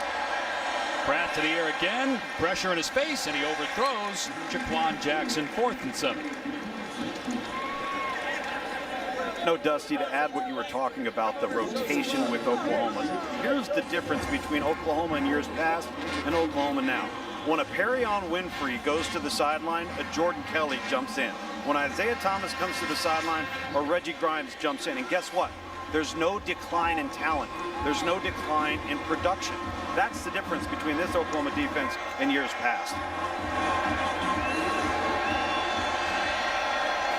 Here we go, 4th down and 7. Got to keep the drive going. Pratt has his tight end James for a 1st down to the 26-yard line, gain of 13. Pressure in his face. Michael Pratt stands in there and locates his tight end, Tyrick James, who has found a way to come open time and time again. Key Lawrence, the safety, can't get down in time.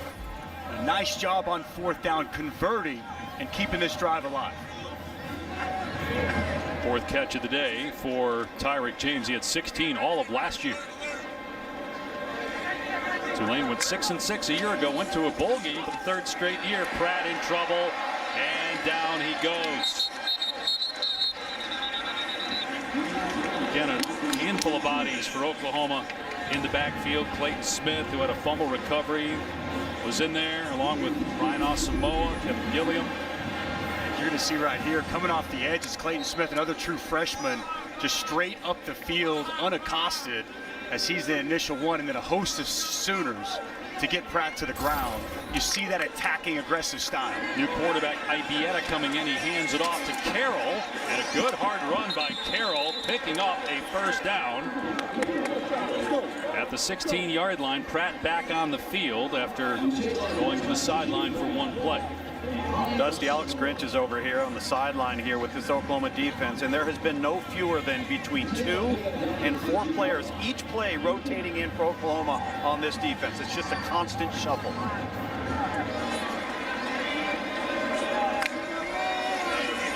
Pratt will throw it, gets hit by Grimes, but he gets rid of it.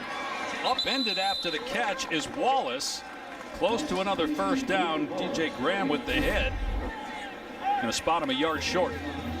Once again, the pressure gets home, but not in time before Pratt can deliver a nice pass to his outlet. A quality pickup on 1st down. Anybody watching this game can't walk away and really respect the toughness of Michael Pratt. And there's no reason to think Tulane won't be in a bowl game for a 4th straight year. It's a good team.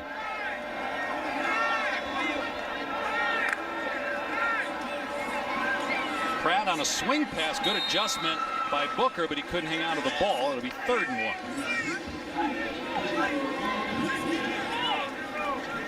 But you look at the schedule, yeah, they have to go to Ole Miss, and the American Conference has some really good teams led by Cincinnati, but it's a team that again won 6 games last year, had 2 overtime losses, and it also a game against Navy where they blew a 24-point lead, ended up losing that game. Otherwise you're looking at 8-9 wins.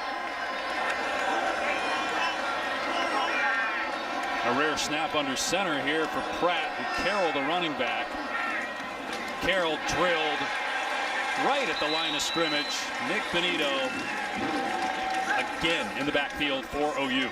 Benito, Corey Roberson, good penetration there on a 3rd and short situation. That's Tulane's short yardage and goal line offense. As you see Carroll very close to the quarterback. You've got essentially the wing in motion, and they go right back to it. Going for it on 4th down and 1.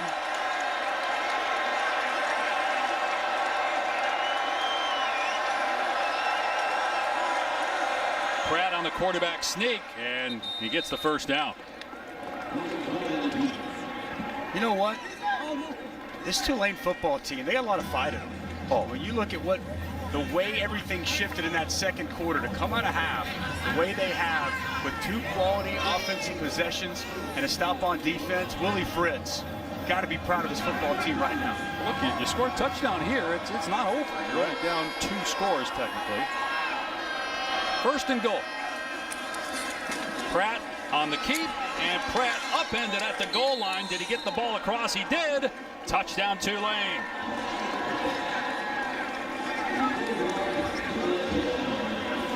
It's like Willie Fritz looking to go for 2 here. Is Michael Pratt limping off the field right now? And let me ask you guys, why would you go for 2 here? You don't have to go for 2 yet. You will the next time, but why wouldn't you just get it down to 2 scores here? Get it to 16 points. I don't have a good answer because I would be thinking the exact same way as you. Well, and they may be, well, let's see, with Michael Pratt, he's limping around, and keep in mind, those last 2 plays were vintage Willie Fritz, some option principles. How much do you want Michael Pratt running the football here? And again, just, you know, from a numbers standpoint, 3:31 to go in the 3rd, you got a chance to get it to 16 points. You don't need to go for 2 yet, but they're going to.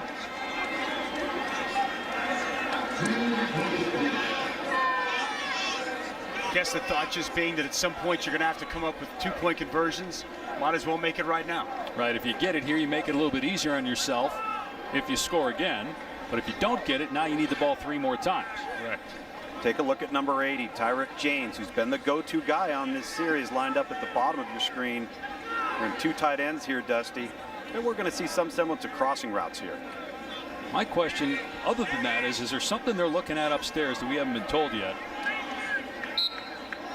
We're just looking, we're being told, because every play is reviewed, and not necessarily further reviewed. They were just looking to make sure he got over and whether they should stop it to look a little bit longer. They saw what they needed to see, and they go for it on 2. Here comes a reverse, and walking in for an easy score is Deuce Watts, so they do get the 2-point play. I guess if you got one you love, you run it there. They did, and they're back within 15. 3:31 to go in the 3rd. 5.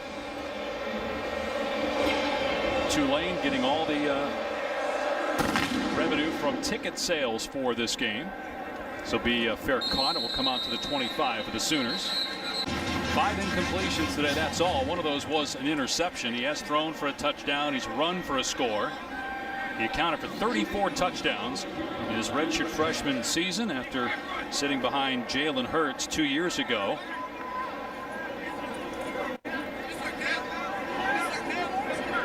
He's got Kennedy Brooks next to him, but Rattler going to throw here, facing some pressure, and Rattler on the run with another great throw, hitting Mario Williams at the 41-yard line. Looking at some of the other games today, coming up next, it's Alabama-Miami. Tomorrow, Notre Dame, Florida State, Louisville, Ole Miss, but the marquee game tonight on ABC, Georgia, Clemson. I can't wait to watch that slate of game. Georgia-Clemson, wow. Top 5 matchup opening week. Going to be fantastic to see that on display. Rattler keeps it here, and he gets leveled by Dorian Williams. 1-yard pickup. That's how you draw it up as a defensive coach, man. I mean, this is picture perfect open field tackle. Head across the bow. You see him explode through his hips and through the ball carrier.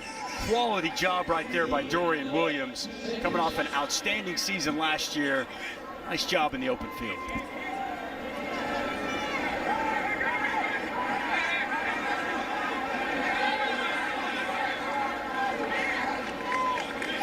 Rattler to throw on 2nd down and 10, steps up, and another great ball. Boy, the ball placement just spectacular. Finding Hazelwood. Check that, Mims on the catch. 1st down, 15-yard gain. Going through his progressions, finding the open man and delivering an accurate pass. Now they run it. Brooks puts his head down and gets maybe 2. You know, Dusty, you talk about that. I think the thing that's so impressive with guys like Spencer Rattler is when they're under duress, their eyes never come down to the rush. They're always looking for that second passing opportunity, and a guy will get lost in coverage, and then boom, next thing you know, you have a huge gainer. Rattler on 2nd down and 8. That ball behind Williams. Do you guys have a comp for Rattler? Is there anybody specifically? You know, he told us growing up he wasn't a fan necessarily of a team, but he studied all the top quarterbacks. Said Aaron Rodgers, studied Russell Wilson. He thinks he's got a little bit of Patrick Mahomes. I can't go there yet. But when you see the quick release, you see the different arm angles that he throws the ball from, and the off-platform accuracy, it is clearly there. I mean, it's Zach Wilson for me, guys. I think he's an awful lot like Zach Wilson from BYU a year ago. Rattler in trouble on 3rd down and 8, steps up, bounces off a defender. So it's a big 4th down. If you're Lincoln Riley, you're 4th down and 3. Are you going for it, or do you punt it and pin or kick a field goal? Let's say punt it. We've seen the leg, Mr. Burton. At this point, I think he trusts the leg of your kicker.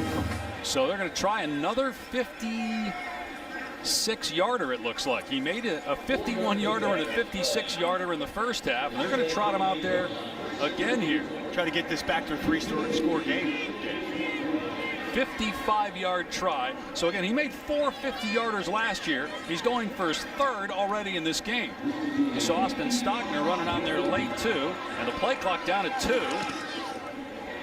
Again, this ball is absolutely crushed, and it's good.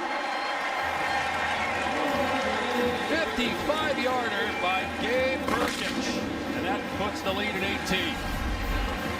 Well, you've rightfully pointed out many times today, Dave, we focus so much on the improved defense, Spencer Rattler in this offense. How about the special teams? Wow, Gabe Burkich. I mean, that literally was good from 60 plus, right down the heart. Burkich, fresh off of nailing a 55-yarder, still kicks it into the end zone. Again, they're electing to run it out. Jackson did this earlier, and it wasn't a good decision. And, you know, it's minus 4 yards, right? Fair catch, you come out to the 25 instead.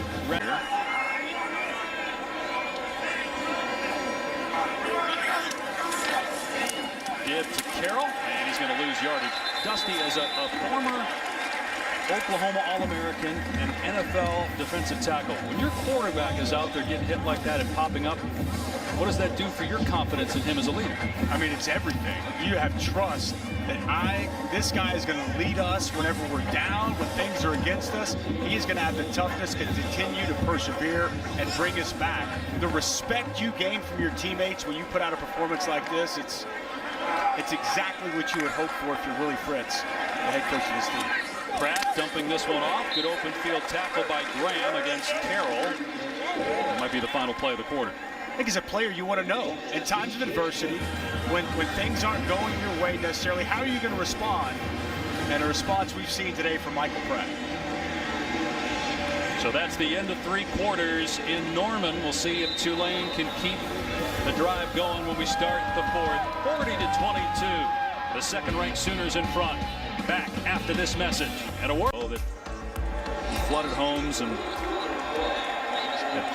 hundreds of thousands without power, and again the case in New Orleans. So this game moved to Norman.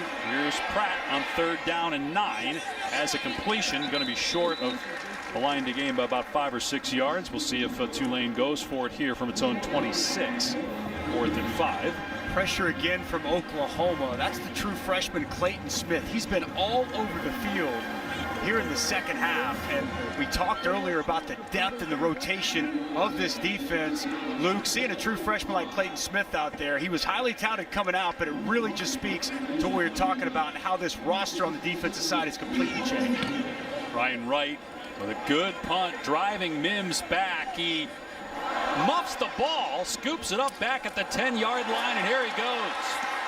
Runs out of real estate, but that was almost an incredibly costly mistake, trying to go over the shoulder and field that ball.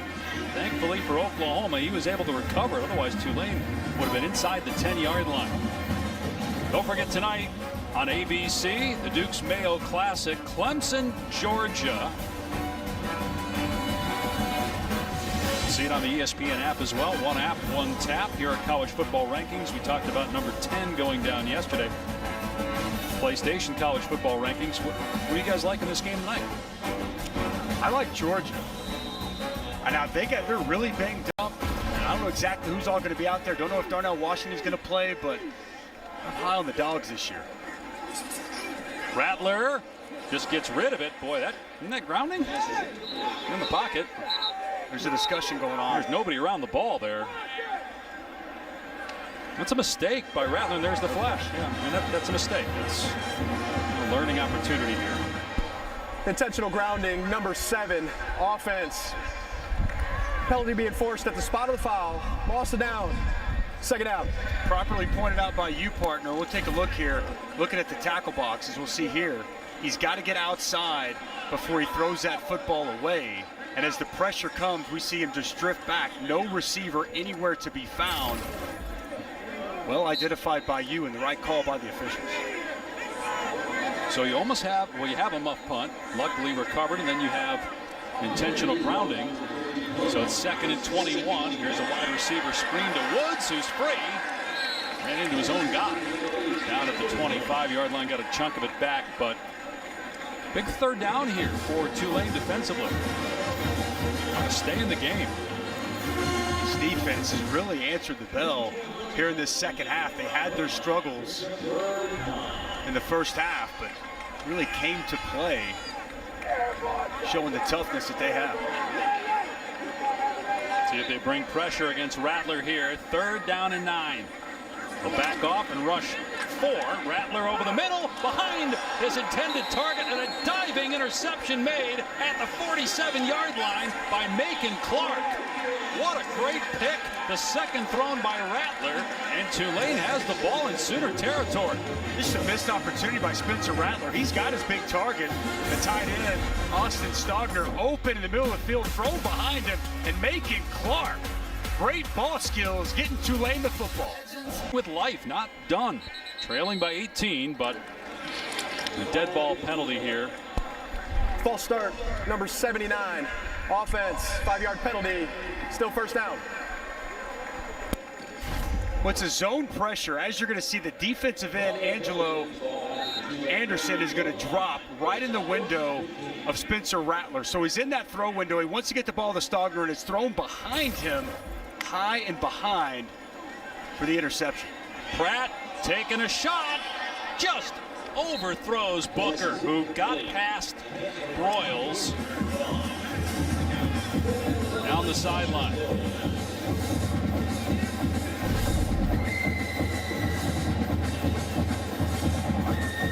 Definitely had a step. Booker, Pratt just a little bit too much on that football.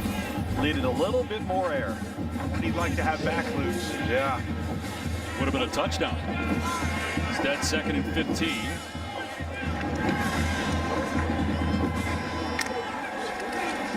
They pitch it to Booker. Booker with running room. And he's close to a 1st down. Gets lit up by Turner Yell, but that's a 13-yard gain. They're inside the 40-yard line. Some of these blocking schemes and imagination we're seeing. They pull play side guard tackle away, then they toss it going the opposite direction, create some confusion for the second level linebackers. Nice pickup. Short yardage, they put Pratt under center here. We've seen this formation a bunch. They're just 2 for 11 on third down today, but 4 of 5 on fourth down, and certainly in 4-down territory. Carroll picking a hole, has a first down. The 34-yard line, 2 minutes into the fourth. Tulane down 18 points, but a fresh set of downs. Puts so much strain on you, Dusty, when you're seeing so many different things, as you mentioned, with the eye candy that Tulane has offensively, and then they get in those short yardage situations. Now you got to defend option football. That back so close to the quarterback, just 3 yards behind. An easy dive inside and a powerful run by Carroll. Pratt back to throw, single coverage, and the pass is incomplete. Broken up by Jaden Davis. There is a penalty marker down. Deuce Watts, the intended target. Ineligible player downfield, number 52. Offense, 5-yard penalty. Replay first down. It's on the center, Sincere Hainsworth. Sincere Hainsworth, we're going to see right here in the middle of your screen. All the way up to linebacker depth. It's like 10 yards downfield.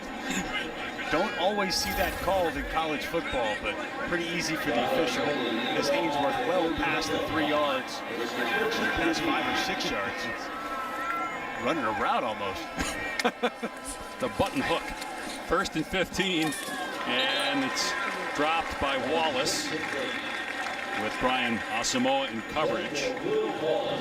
So are you guys as bullish on Oklahoma's defense after watching this today?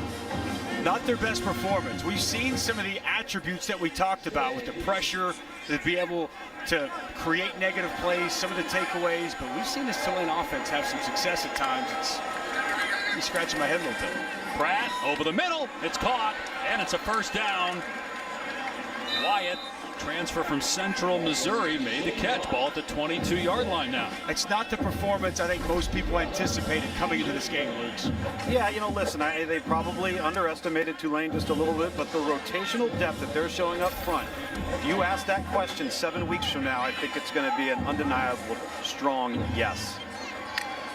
Pratt on first down with time, taking a shot, and it's almost intercepted. DJ Graham had a better shot at making the catch than the receiver did. But DJ Graham's in perfect position, and he essentially turns into wide receiver. Man-to-man coverage, running stride for stride with Tolles. Great position, tries to high point the football, can't come down with it, but a nice pass breakup in the end zone. Would have helped Tolles if that ball was slightly to the outside so he could have squared up and elevated with more of a back shoulder look.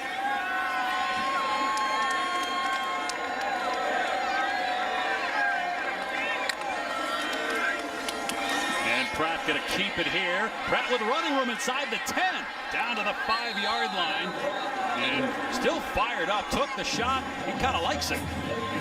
Absolutely, he likes it. Well blocked, well schemed off the left side. Even Cam Carroll gets on it. Agwebu helps spring that run. There's no quit in this Tulane football team. They just keep coming back, throwing punches. That's by that quarterback. It's as if Pratt said, bring it. After that hit, too, by Turner Yell. Got up. 17-yard run, the longest of the day for Tulane. See what Willie Fritz dials up here. Plenty of time. 11.5 to go. Pratt. Touchdown. Cameron Carroll out of the backfield. Tulane within 12. Going for 2 here again. I'm a little surprised. You don't need it yet. If extra point gets you to 11, where you can get a field goal in your next possession, I'm not sure. I certainly don't agree with it. I'm just not sure why they're doing it. Same philosophy they had the last time we saw them go for 2, and they had the perfect play dialed up. See what Chip Long has in store here. He did score in the last 2-point try with some trickery.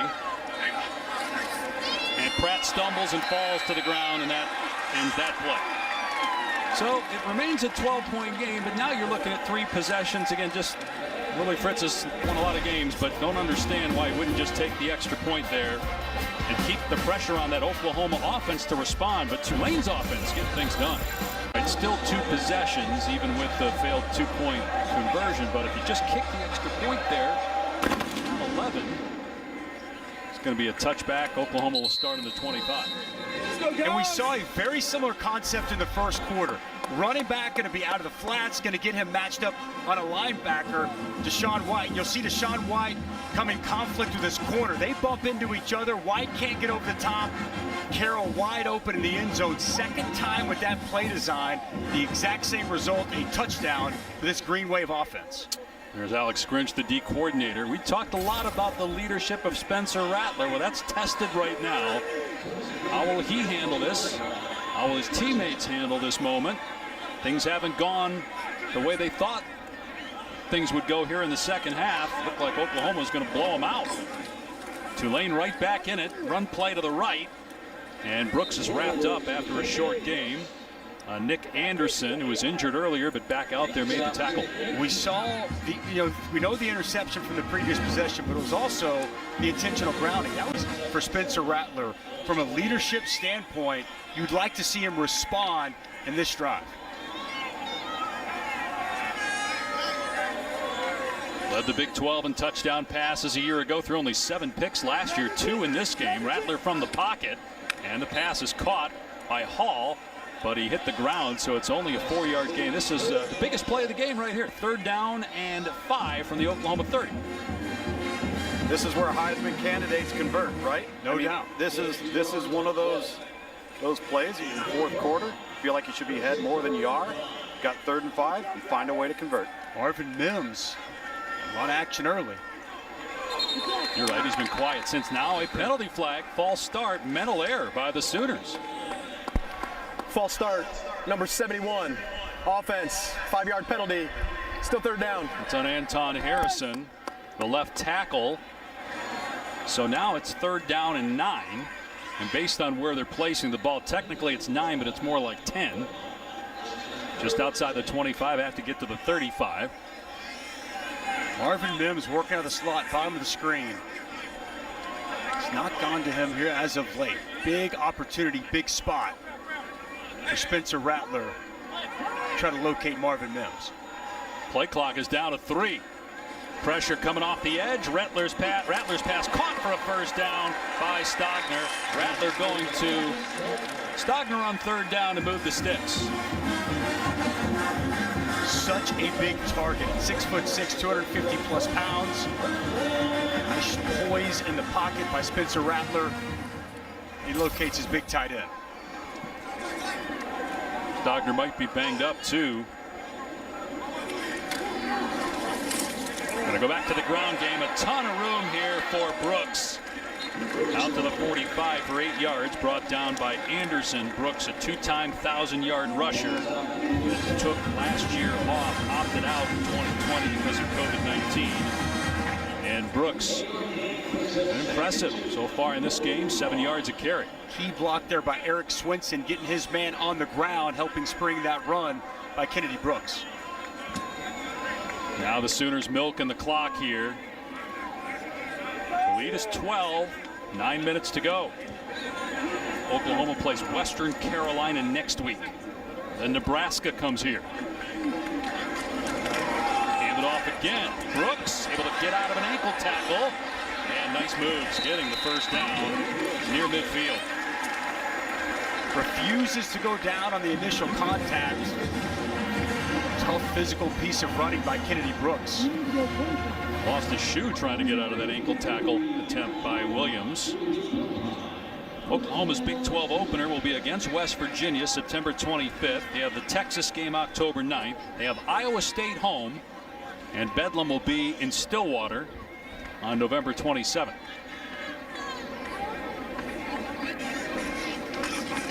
We'll hand it off again. Eric Gray getting maybe 2, but the clock will continue to move.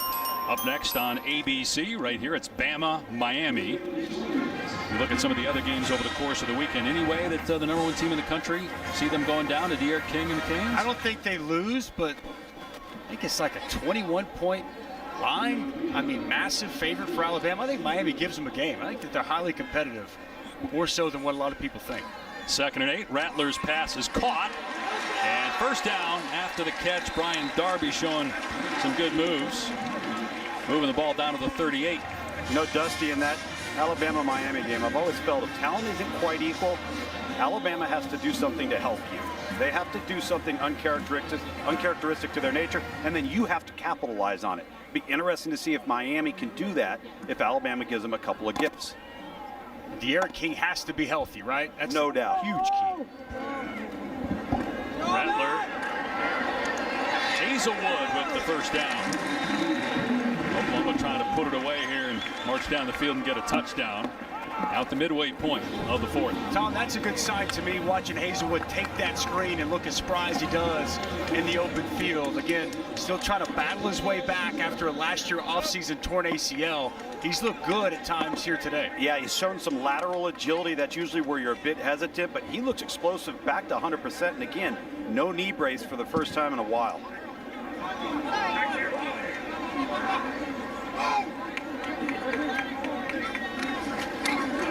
Rattler off play action, hits Mims, and he gets hit. What a huge smack. Larry Brooks. Mims is all right, hops right up, but that was well played. Clean hit by Brooks. Larry Brooks lowers the boom and shows up with bad intentions. Clean hit all the way around. That's a clinic tackle video. It sure is. We've seen that a couple times from these Tulane defenders. Well done. That's going to hurt in the morning, I think, for Mims. Hurts right now. Rattler. Dangerous pass, and it's intercepted. There's a flag down. Macon Cluckton fumbles the ball. It's picked up out of the air. And it's Tulane ball at the 30-yard line. Brooks was there to get the fumble recovery after the interception by Clark. Let's see what the flag is for, though. If it's defensive interference, and Oklahoma will get the ball back. I think it is. A lot of pushing, a lot of contact out there on the outside with Jaden Hazelwood. If this holds. Defense, 15-yard penalty, automatic, first down. So that's on Keeland Harrison. I mean, that's a huge play. There's no interference. That's going the other way. That's a terrible call, first of all. I mean, he got shoved back by Hazelwood. Yeah, he's just trying to get in position to make a play on the football. That is a downright awful call. That is terrible, guys. I am completely with you. That is not the right call in that position. The defender has every right to the football, just like the receiver. He's just trying to get in position to pick it off, and he gets thrown to the ground. Unless something happened earlier while the ball was in the air as Gray gets the carry, but, I mean, he was putting his arms back. It's a terrible missed call. It's also a poor throw by Spencer Rattler.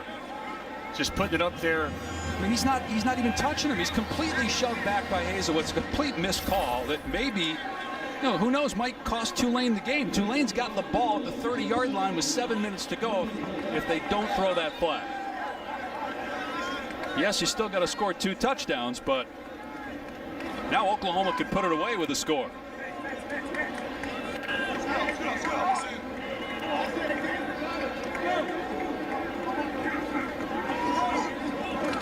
Brooks dropped in the backfield. Darius Hodges with a tackle for a loss. That's that counter you talked about earlier, Tom. Yep. Pull the backside guard and tackle, and the penetration gets there by Darius Hodges.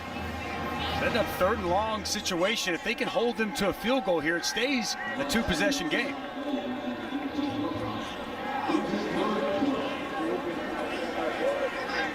But still, that phantom pass interference call against Tulane on an interception. Rattler off play action. Ball is caught. Ball pops up into the air. Are they going to rule it a catch and a fumble or an incompletion? They say incomplete. So it'll be 4th down, and here comes Burkich, who is 4 for 4 today on field goals. Pads popping out here for this Tulane defense. See Woods come down with it. What do you think? Catch or no catch? I don't think it was a catch. I think Kerr dislodged the football before he completed the process of the catch. Well done by Johnny Kerr. Knocking that ball loose and preventing the touchdown. So a 31-yard try by Burkich. Make it a 15-point game. Oh, and he misses that one. After making a 56-yarder, a 51-yarder, and a 55-yarder, he hooks a 31-yarder, and it's Tulane ball down 12 with 5 minutes to go. Wipe that out, but a missed field goal then by the Sooners, so it stays a 12-point deficit. But it did cost Tulane 2 minutes and about 10 yards of field position. Pratt wide open is James, the tight end, again, and it's a first down, pickup of 12. Expect Tulane to pick up the pace of play here, get on the football as this clock ticks up. They need 2 touchdowns. Down 12 points here, 4:50 to go. They do have all their timeouts. Pratt again to the air, over the middle, behind the receiver, but caught by Wyatt. Another first down. The clock will stop as they reset the chains, and in 2 plays, they're out to midfield. Outstanding competitive catch, going behind his body, through the contact, making the catch for the true freshman, Shea Wyatt. Willie Fritz on the last score elected to go for 2. They didn't get it. Had they just kicked the extra point, maybe just get a field goal here. Get yourself in field goal range. Try to get the onside kick. Dump it off across the middle to Wyatt, who scoots out of play after a pickup of about 6 into Oklahoma territory. So Oklahoma rolls out yet another full 4 new fresh bodies on the defensive line, trying to generate some kind of pass rush as Tulane quickly on the move.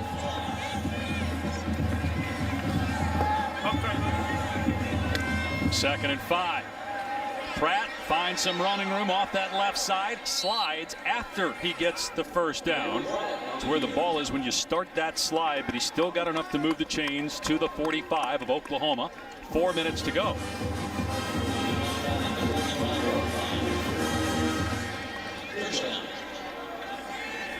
But if you don't start hurrying here, you might be left, if you do score, having to get the onside kick. Now we have a stoppage of play. They might look at that. Hey, is under further review. To see if when he started that slide, if he had the first down.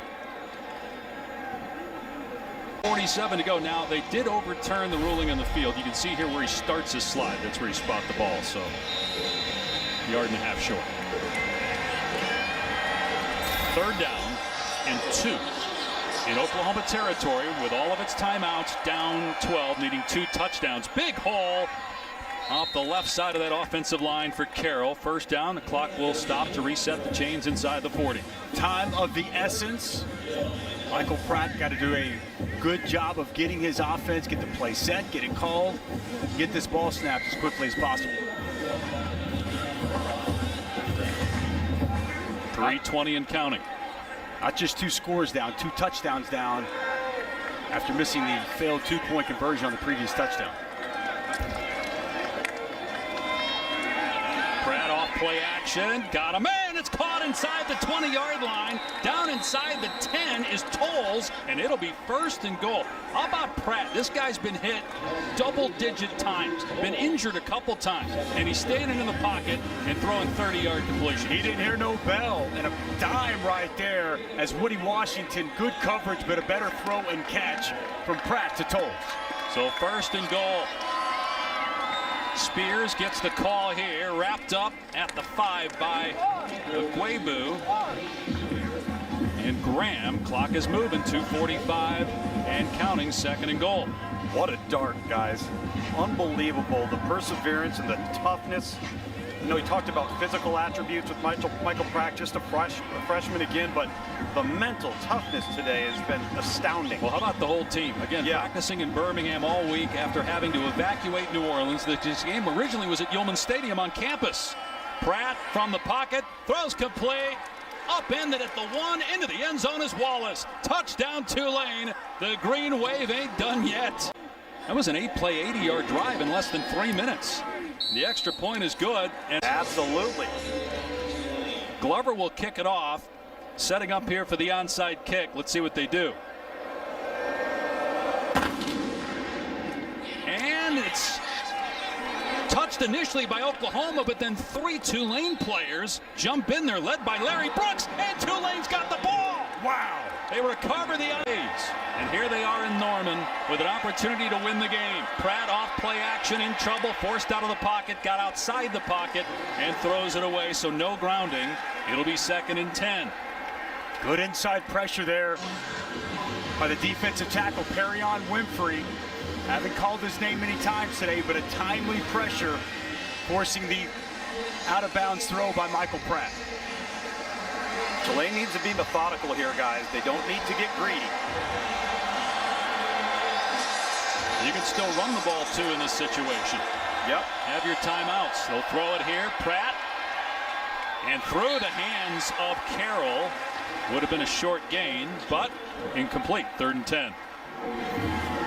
Tulane is 0-37-1 all-time against top 5 teams. Last time they beat a top 10 team, 1973.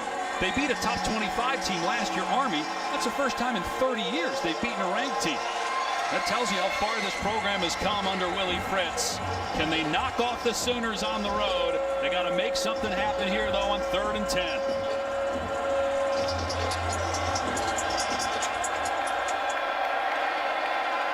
Pressure coming off the edge. Pratt is hit, and he's sacked. Dragged down by Nick Benito. 4th down. Timeout, Tulane. All right, let's check in with Kevin before we have 4th down.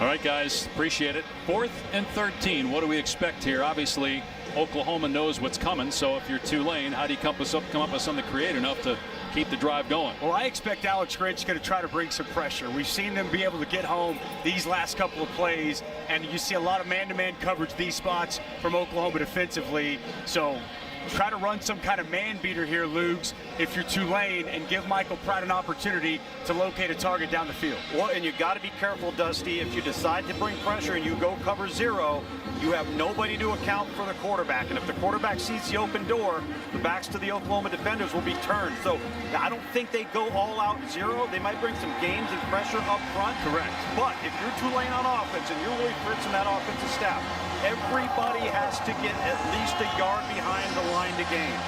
Definitely not cover 0, but Tulane is 3 for 3 on 4th down in this half. 4 for 5 overall, but this is a big ask. 4th and 13 for Michael Pratt, who has thrown 3 touchdown passes and run for a score. Frankly, he's outplayed Spencer Rattler. Does he have one more magic trick in his bag here in 4th down? Flushed out of the pocket, being chased. Got to get rid of it. He breaks a tackle, dives. We'll see where they spot it. He's short. They mark him short by a yard. Pratt lost his helmet, too. There was a hit, it looked like, after he was down. Perion Winfrey was on top of him, then got shoved. There's no penalty flag, but I think Tulane's upset about that Winfrey was on top of Pratt after the play. But it is Oklahoma ball.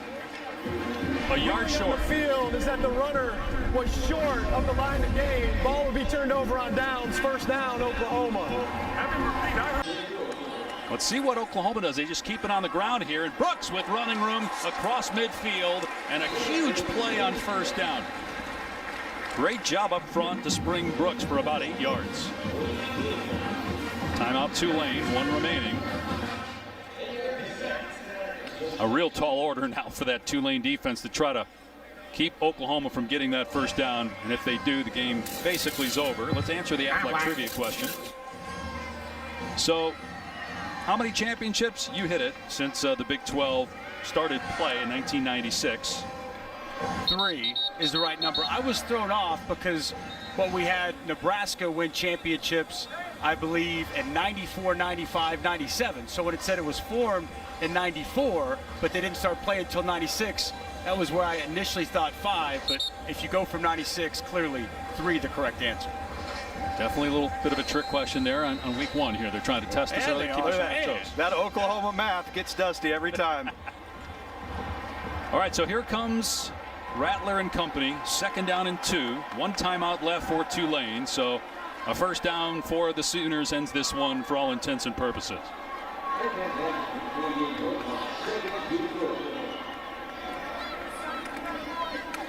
Brooks gets the carry, gets the first down inside the 40-yard line.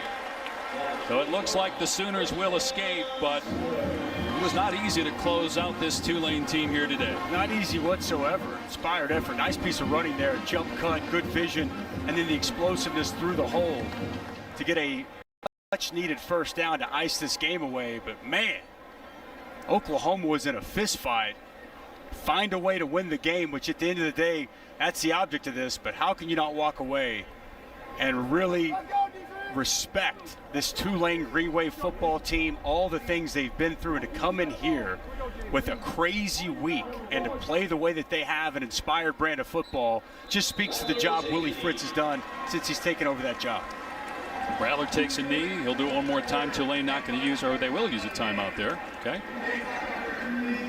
So last timeout by Tulane, and 2 snaps away from victory for Oklahoma. Let's go to Kevin.